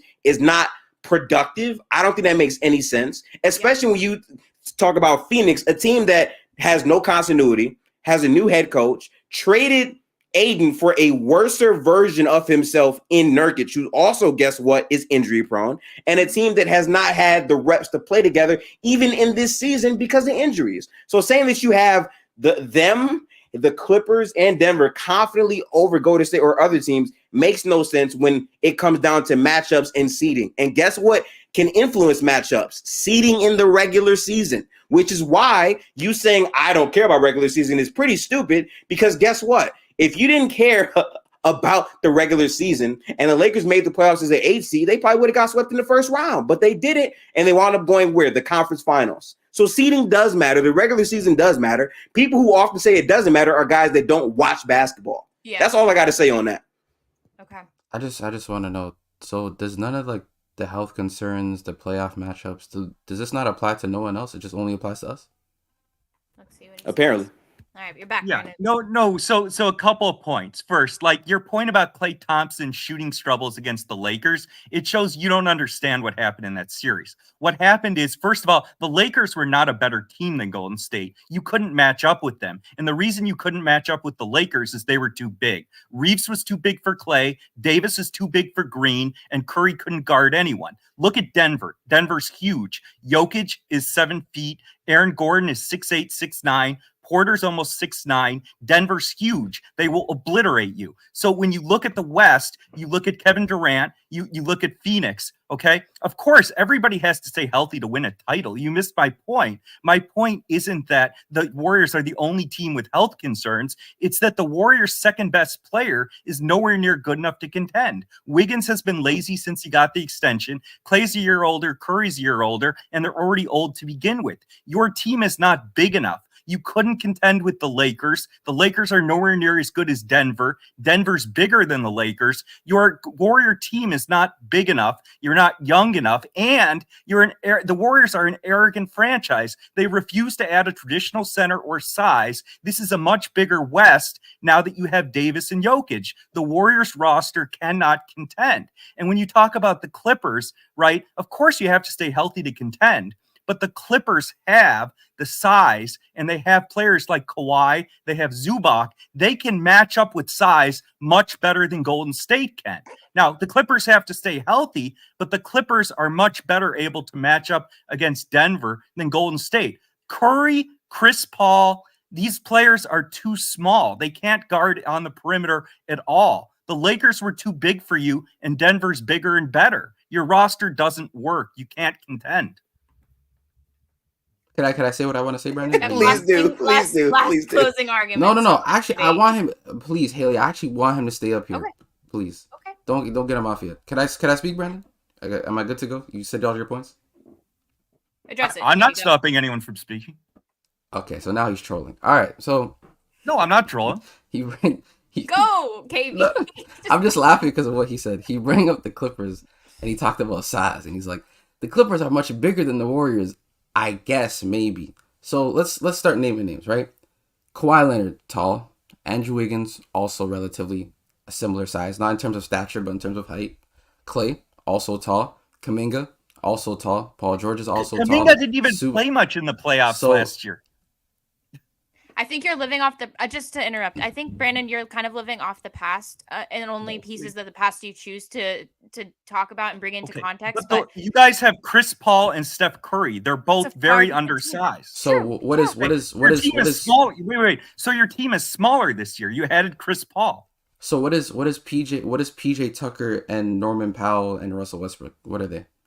Okay, they're not as small as Paul and Curry. The Clippers have far better size on the perimeter than you do with Paul and Curry. How? The Clippers have Kawhi, Paul George, and they have Norman Powell and Westbrook. Those players are all much bigger and stronger than Paul and Curry. Not close. Two out of the players that you named are capable defenders. The rest are actual, like, relatively bad defenders, and also can't. I don't agree with you. And also don't play well in. Also, Norman Powell can play defense. No. Yes, Norman Powell. I'm not gonna. I'm not. Right. He's a good defender. Chad. He was a good defender 4 years ago, guys. That's what he was basically. That's what he's saying. He's still in his prime. He was a good. Okay, so you didn't watch them play in the. Okay, so this is what I mean, chat. But chat, when you don't watch I don't regular think season you watch games these players play and you Killian don't Hayes watch got them at 30% all, from the I field, never said and you Killian thought he was Hayes having played a good good. year. You never I said didn't. Killian I played didn't good. say You just that. don't listen You at just didn't all. Yeah, listen. you did. Like, no, I didn't. You can pull it up on your little phone in the chat. He did I say didn't that. put. I Anyways, didn't say don't that. care. It's Y'all because can. he didn't Chat watch is the listening game. to me. I was complaining about. Anyways, that's besides the point. I don't know why we're arguing about. I know you're not Killian. asking But the for receipts. Warriors are the I got smallest you a team in the 4K, West. right? with He all literally has a injuries. whole screen, and then Brandon, he brings up. what fan are you a team, or what team are you a fan of? Are you a Nuggets Right. fan? So I mean, look, I just follow the NBA and I like following different teams. I'm from the No, you Chicago area, so I do Oh, like sorry. originally I was a Bulls fan and I went to a lot of Bulls games when Jordan was playing, whatnot. The Bulls are horrible this year, but again, right, I'm just talking basketball. I Yeah. like watching the games and analyze. Okay. Wait, Yeah, can I I finish was my curious. point, please? Yeah, go. Make Okay, so he brings up the Clippers in size, even though they're legitimately they're actually, you can argue, worse from an athletic standpoint.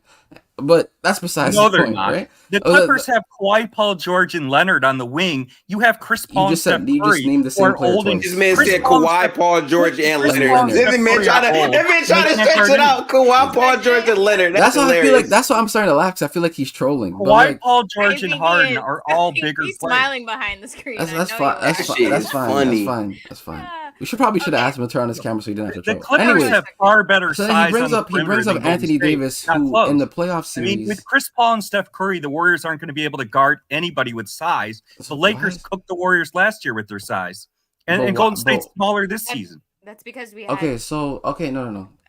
I'm just trying to finish my point, man. Damn, like. Okay, go. I've it's never not you. It's not you, man. Haley. It's just like You got to get some. I'm trying to Kleenex I'm trying to for finish. KB, I'm man. trying You to. play like a I'm little trying to bitch. like finish This my is a point. debate, KB. This is how it goes. Yeah, Like, you just gotta get your point like off. I'm trying. I can't speak over people. Oh, I'm he's not trying gonna to do cry that. now. His mom's gonna come in. Like I was saying, right?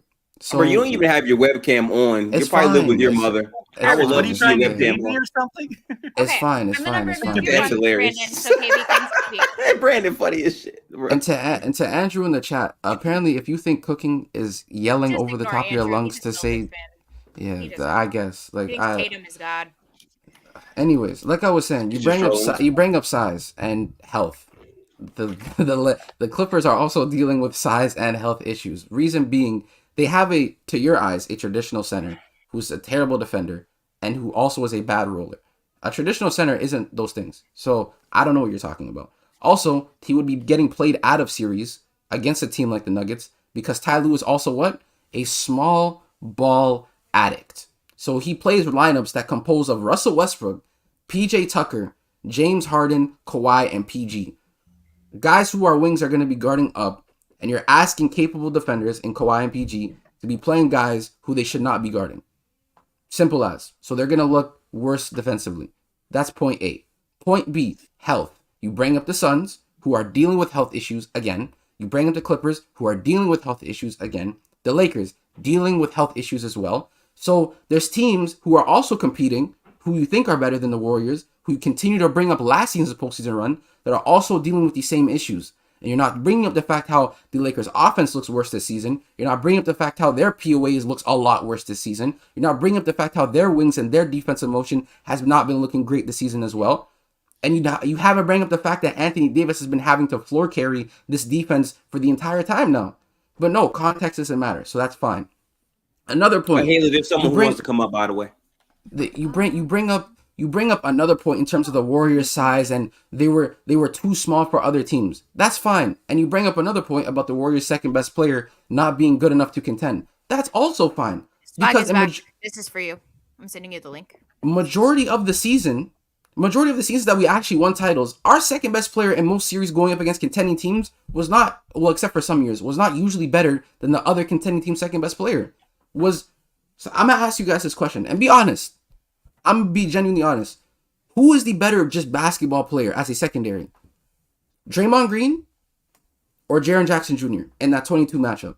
Who's better? Triple J, right? Who's the better basketball player? I'm not saying who played better in that series. We all know who's more capable. Who's the better player? I'm asking y'all two right now. Not chat. Like hosties, Haley, Gifted. Y'all can hear me? Oh, Sorry. okay. So you're asking who's better between Draymond Green and JJJ? And Triple J. Who's better? That season, JJJ had a better season. Okay, so he's the better secondary, correct? Was he to Brandon's point? He was the better secondary. So Yes. and they had arguably a very good team as well. So there's teams that we played, even the Celtics to a degree, who had a better secondary and even a better tertiary at times, who were the much deeper team. We still wound up winning because guys in playoff series tend to rise. And that's what happens, right? Guys play out of their body. Guys play to the standards that they're usually held to. So when you're talking about a guy like Draymond Green, who is someone defensively who's been actually very well-rounded against bigs, I'm not saying he's shutting down Jokic, because I think Jokic would give him problems. He would play a guy like Aaron Gordon out the series. He would play a guy like MPJ out of a series. He would help try to minimize Jamal Murray's ability on the offensive play. And then acting like as if the Nuggets weren't, because I hate this as well. The Nuggets haven't been tried like that from a defensive standpoint. A lot of the guys that they were playing, they weren't being tried. Devin Booker was the best guard that they played against. And on top of that, he was the only guy able to actually generate paint points for their team. So when teams are actually playing against someone who's a good pull-up shooter, a great guard, and not someone like a Jimmy Butler at the time who was not playing well primarily, they're not being tried defensively, and that leaves them not to be gassed.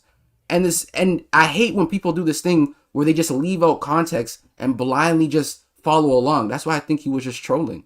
But regardless, all the points that you addressed in terms of the teams from any contender have the same issues as Golden State. And you could argue it's even worse because look where they're at during the season right now, and look what the Warriors are in terms of no size. They can't move without the ball. CP3's coming off the bench. The bench is cooked. The Warriors are cooked. Yada, yada, yada. Yeah. Because we've been looking primarily very well. That's all I have to say. Okay. Dante, what do you got for us? All right. So I just wanted to kind of speak. Appreciate it, Gifted, for looking out. I just really wanted to speak on what Buddy was saying. I kind of see what his point is, but if you actually pay attention to the Warriors, and not just the Warriors, but just in basketball in general, kind of what somebody else also said in the chat, and I think KB addressed it. In the playoffs, the Clippers, I don't even know why he bring up the Clippers, because the Clippers going to play small anyways. Styles makes fights in terms of like boxing. Like it's really like it's matchups. I'm not really worried about the Clippers. It's one of the things you got to see it to believe it. And then as far as the Lakers, that was a tough matchup for us because AD is a defensive problem for anyone, right? And then the team that beat them, they have Jokic. This is the thing though.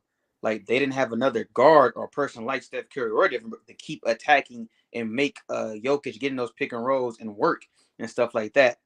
Everybody has kind of like what KB said, has the same kind of, worries or whatever may be the case.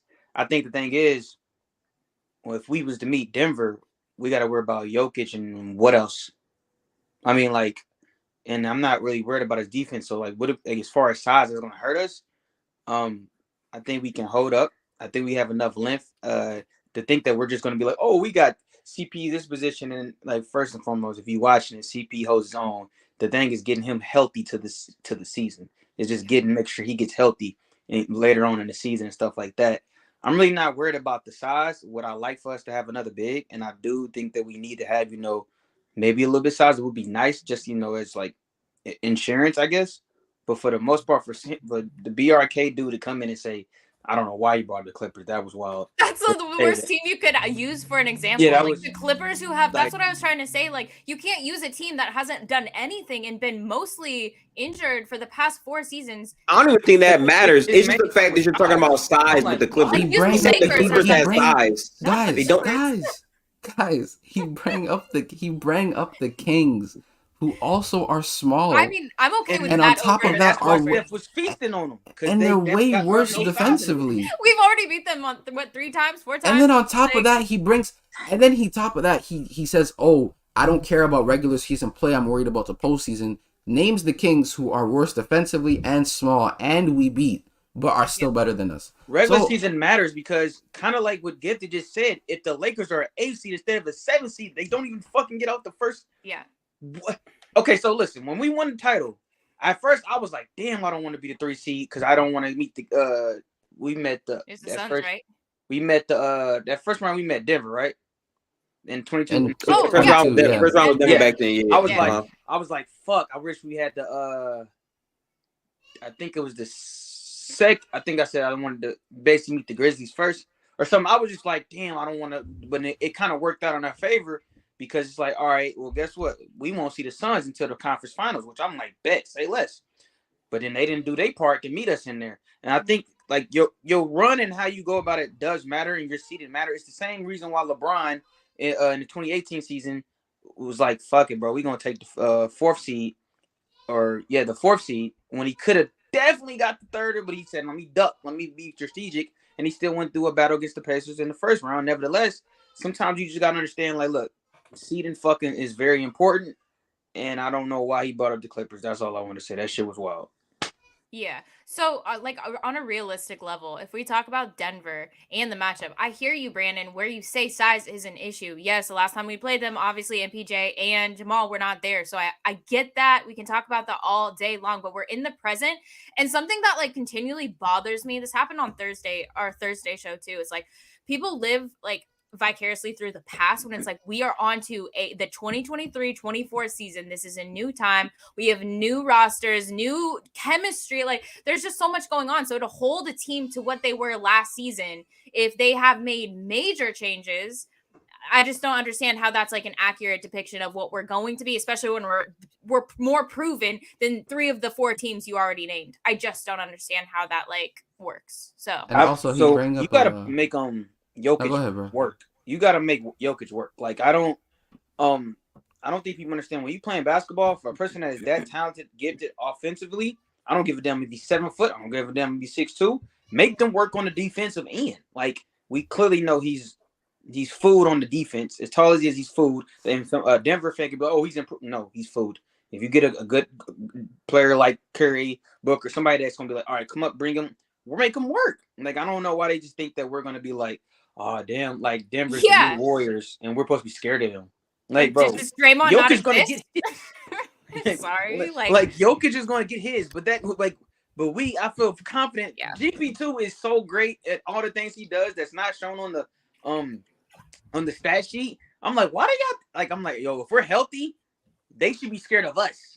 I just feel like the biggest issue that I have with this whole conversation, though, is like you're just saying size and you're not talking about the roster. We lost to the Lakers. Our bench was not good. No. GP was the main guy that had to come in for us to run high pick and roll ball screens because no one else was a lob threat on the team. Jordan Poole was unplayable. Klay Thompson shot badly. If we go into the playoffs with this specific type of bench, and we run Walker game. It was a Lonnie Walker freak game. Yeah, so probably going 7 or probably winning it, but because it goes 2-2, we don't have to go there, Dante. We don't have to go there. Steph legitimately had his worst wide open catch and shoot 3-point shooting series in the history of his playoff career. We're talking about sub 30% from 3 on wide open shots. So you bring up all these points about size. They're bigger than you. He said Austin Reeves is bigger than Klay, which is legitimately just not true. He's not bigger than him. You really say that? So like when I hear someone say this, I can't hear someone say these things. Yeah. And then expect me believe that they're being serious. They have to be trolling. And then that's my only thing. They have Westbrook, to be trolling. He brought up like, see, this was crazy. He brought up the size and the stature of the players on the Clippers. And I said, this is where you need to watch basketball. Even though that may be correct in terms of stature and stuff like that. When the fuck have you seen that been an advantage for Westbrook when he go get Steph Curry? You've never seen that be an advantage. As great as he has the athletic capabilities of being a good defender as Westbrook, as you've seen when he against the Booker in the first one. But my thing is this, that has never affected Steph Curry. That is never like, I don't understand when he made that point. I'm like, bro, watch the games. Those what's the other guy that be hooping? The other dude, y'all said it was a good defender. Norman Harden dumb people or what?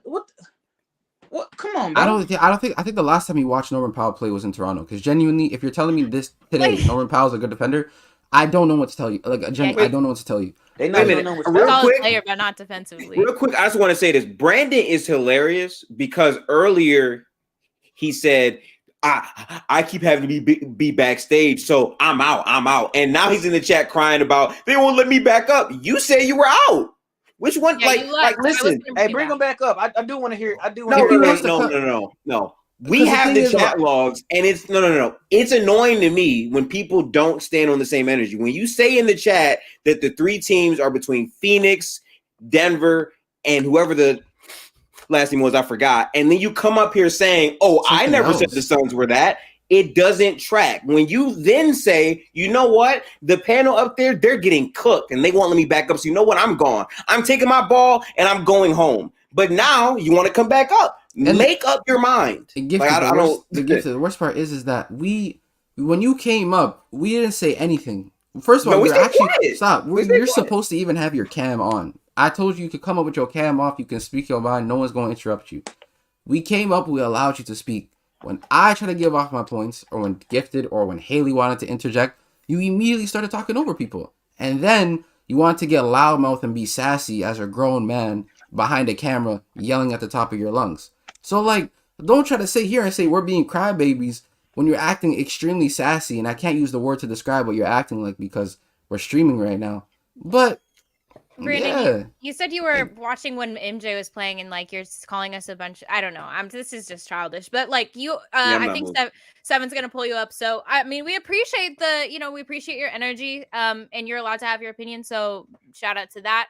I guess my last question to you guys, while we're on this, Dante, you can answer too. Is we're talking about Denver and the Lakers, and maybe like obviously those are two teams that we already know right off the bat that we would struggle with. But if you had to pick one team that's not Denver, it could be the Lakers, it could be the Clippers, it could be the Suns, whatever. What is one team you don't want to face come maybe the Western Conference Finals if we make it that far? None, just Denver. I mean, I'm not even really fearful of Denver. Because I think Jokic gonna get his. To be honest with you, I think we just gotta stop everybody else.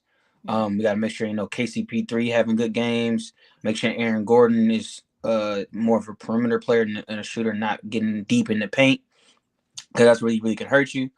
But for the most part, I don't really fear no other team. I don't even fear the Celtics. I got respect for the champs because that's the champs. Yeah. But other than that, I genuinely I get it. AD is a matchup nightmare in terms, but like they got to get there, and I don't think they're gonna get there. And then the Phoenix, no, we're not losing to 3 perimeter players, and Kevin Durant is just like, I'm sorry, no disrespect to Kevin Durant, but he just, we're not losing that. And then you said it was is there any other realistic threats? I don't believe the Clippers. I gotta see it to believe it. And then who else is in the West where you okay? I mean, because I don't know. I have to see it. There's the West is so deep. It's like the Mavs. You've got the Kings and stuff. But no, I think Lakers and Denver were the only legitimate. I never considered Phoenix a legitimate threat at all. But the Lakers are kind of one that, maybe they can find their groove. But if they don't, which it looks like they're going to really struggle, maybe some trades will happen at the trade deadline to help them out. But I think Denver's the only team. And so that's why, Brandon, when we talk about bringing why this matchup even early on in the season means something, is because it shows are the Warriors capable of beating a fully healthy Denver team? And I think that gives them even more it's just a measuring thing. It's a measurement. 100%. So people like you can't keep talking and say that they can't. Exactly. We're back in 2022 when we went to Brooklyn against the Nets, and we put our foot in their mouth. I remember that. Yeah. And it's just a simple hey, we trying to let y'all know, because you gotta understand, coming off that year, Clay wasn't back yet, and they was and we got off to that good start, and people was 18-2. I don't know. And then we was going to people's cities and doing damage, man, and we was looking really good. Designs is funny. It put people on notice. That water was good, by the way. I will say OKC, I do feel like they're so feisty as a team. They're not going to beat us, but man, they're going to give us they're just going to be annoying. It's going to be teams going to be annoying. But I just genuinely don't fear no team. I don't even fear the Nuggets. I just know Jokic is going to get his. That's the only thing. I just want to be clear though. While the Clippers might not have the size, though, I do believe in terms of their matchup, they will present problems with teams. I just think that the Denver point with them is hilarious because, yes, Kawhi and Paul George have size. I hear that. But if you're talking about the rest of their overall roster, Denver has given them matchup problems before. Denver is the siziest team in the league, not just the West, but the league as a whole. My thing with the Clippers is outside of the Wolves, they have a lot to figure out with James Harden, Paul George, Kawhi, Russ, but they absolutely have a very potent perimeter, threat. to be honest, I think the Clippers are what the Suns want it to be, if we're being honest, because they have guys who can get to the basket way more. Kawhi and Paul George are two-way wings who can shoot the three ball well, create the shot off the bounce, but they can also still get to the rim. I think that collective matchup is one I really want to see. I think Clippers Suns would be a very fun playoff series. I think the Suns are going to struggle all year because I just think that Kevin Durant, the basketball guys, got a curse on Kevin Durant where if he tries to set up some type of super team type of thing, they just never healthy. They're just never healthy, man. Like I'm telling you, like Bill's going to be in and out. Then Booker's never going to be 3 on this. It's kind of like somebody, a YouTuber, I think, said, I need 10 straight games of them being all on the court together before I put some stock in it.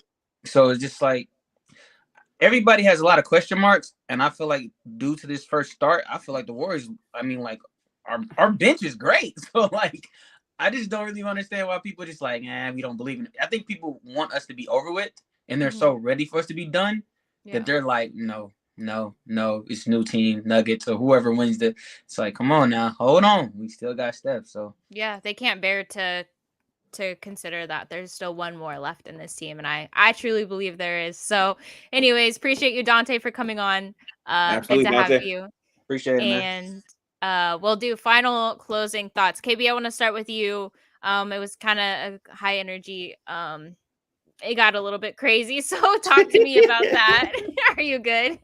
No, I'm chilling. I'm not gonna lie. I should never yelled. I hate yelling, and usually I don't get angry about things. But just like when people are really disingenuous, and then when they say things that apply to other people, but then only apply it to certain teams for an agenda reason, sorry, it annoys you because really quick. Sorry. To everyone else who's backstage, I'm gonna have to kick you out because we just don't have enough time. But we'll try to have some more of you guys on next week. Okay. Next week, yeah. But like I was saying, man, very disingenuous talks. You bring up the Clippers' size, even though they have size issues as well as actually, if you genuinely look at it, like from an athletic standpoint, they lost a lot of athleticism as well. Because I don't know if Brandon is stuck in 2017. A lot of the players that they have on this roster aren't the same in terms of athleticism. I'm talking role players. Even I can go further. Even Kawhi and PG to an extent aren't the same athletes as they once were due to injury, and that just happens, right? Yeah. The Lakers, health concerns and POA problems. You bring up how the Lakers were a problem for us last year was because of the fact that there was so much size, but he did not bring up the fact about a guy like Dennis Schroeder, who's one of their better POAs during that postseason run, putting on a very solid defensive performance as well, and losing that and replacing that with Gabe Vincent, who's been primarily playing terrible as well, or Austin Reeves, who's been getting cooked defensively as well. But you haven't been watching that because you don't watch the sport, so that's okay. And you bring up a team like the Kings, who've also been struggling as well, who also lack in size, who are also terrible defensively, but you said they are better than us even though we beat them in the postseason last year. But that's fine because you don't watch the sport. So that is okay. So when you bring up all these teams and you bring up disingenuous points and you continue to sit on here and lie for no reason, it makes you look bad and it makes it look like, again, you don't watch the sport. So I don't know why I yelled. Should never yelled, but it's cool though. Like it is what it is. We're still sitting 5-1, so I'm chilling, man. I don't care. It is what it is. It is what it is, bro. All I gotta say, bro, is I'm fine with people coming up here and making their claims. But what frustrates me is when you come up, you're on 10 yelling, and then you ask us to let you talk. We let you talk. And then when we're trying to rebuttal and cook you like you should be cooked, you then get mad and you try to yell to make it sound like you're winning the argument. That doesn't happen. And guess what? I'm fine with the back and forth, but you asked us to let you talk. You asked us to not instantly rebuttal what you said. So that breaks the terms of engagement. So we're going to go back and forth. If we're not, it's a two-way street. If we're going to be quiet, you got to be quiet. That's why when I tried to say something back and you tried to say, oh, no, that's wrong, you got moved backstage because you don't listen. Listening is very important in life. Fuck basketball. Listening to what people say in life is very important. And you seem to have a very hard time at doing it. You also have no cam. Like, that's just, I'm sorry. It's hard to take someone serious for more than a troll when you're saying lies. I literally have the screenshot in 4K. I showed the camera earlier. You can check the chat logs if needed of you saying Phoenix was a top team. And then you said they weren't. I don't understand that in a basketball debate, but that's fine. And this is not me saying Golden State is this unbeatable force. We can absolutely be beat by teams, but using that logic it doesn't track. It does not track. And real quick, to someone else in the chat.com, I like how you're saying the win versus OKC wasn't impressive when you realize this same OKC team last year with no Shea blew out the Boston Celtics by 50 points. 50 points. A team that was literally the best team in the regular season in the Eastern Conference got blown out by 50 points with no Shea. Make no mistake about it, OKC is a team that when Shea doesn't play, they have more ball movement. They have athletic wings who can get rim pressure and get downhill. Winning the game despite that is a big win. Every win in the Western Conference is a big win because guess what? When you're stuck in a three-way tie at the end of the season, maybe losing against OKC is why the Warriors would fall to the play-in. But maybe not because they won. That's kind of the point. And people like thinking that this is a similar season to other seasons are kind of idiotic to me because the West has 12 playoff caliber teams. Every win and loss matters. If you're the Suns and you're losing back-to-back games to the tanking Spurs, that is going to come back to haunt you in April. And I don't want the Warriors to be on that. So guess what? I would rather you shit on me and my team and shit on our wins than saying how you're trash because y'all are losing. Because all of a sudden, you care about the regular season when Golden State is losing. But when they're winning, oh, it doesn't matter. That's all I got to say. All right, you guys, we're going to wrap up. Well, this was a good show. I mean, it's high energy. So you guys agreed with us. Some of you didn't, and that's fine. I know that we have the Cavs tonight. So whether you hate us, love us, hate the Warriors, love the Warriors, I think we'll be covering that tonight. Gifted, do you want to share where people can kind of catch up with you? Absolutely. I can be found on all platforms at Gifted Hoops. On Twitter is Gifted X Hoops because someone had that username, but specifically catch me on YouTube. I've been fixed on playback, so I'll be streaming games on there again at the handle Gifted Hoops. Breakdowns and film stuff will be coming very soon. Also have a podcast also called Gifted Hoops where this offseason I broke down pretty much all 30 teams. I have one left for Golden State and also the Pistons and the Hornets coming soon. So if you care about that stuff, stay in touch with me at Get the Hoops on pretty much all platforms. And KB, feel free to also let the people know where they can find you. Yeah, so it's KB Knows Ball on Twitter and YouTube. I'm primarily on Twitter and Playback at the moment. I still upload, but in terms of streaming games and stuff, I will be on Playback. It's KB Knows Ball. I'm going to try to stream tonight's game against Cleveland. I don't know if it's a guarantee because I have something to do. But you can catch me on there on Playback. I stream the games, not only just Warriors games. I stream all games as well. Any headline matchup or any game that I might find interesting, I'm going to be streaming. So if y'all have League Pass or like ESPN Plus, anything that you can use to watch and stream basketball games, pull up, sign up. You can watch it with me. You can chill and chat. And I can even, like, if y'all want to and y'all want to talk hoops while the game is going on, I could pull y'all up for just quick little discussions, you feel me? So yeah. So okay, sounds good. We're gonna sign off and then you can find me Haley. Yes. I'm about to say get your stuff in there. My handles are hoops with H2 zeros. And I'm also on Fluent and Chill on Thursdays. So come through there if you want to hear OG and Fluent duke it out. But yeah, appreciate y'all for coming through. It was a great stream. Go comment, like, subscribe if you're not, become a member, all the things, and we really appreciate having you guys here. We'll see you next Sunday. Peace. Peace out, people.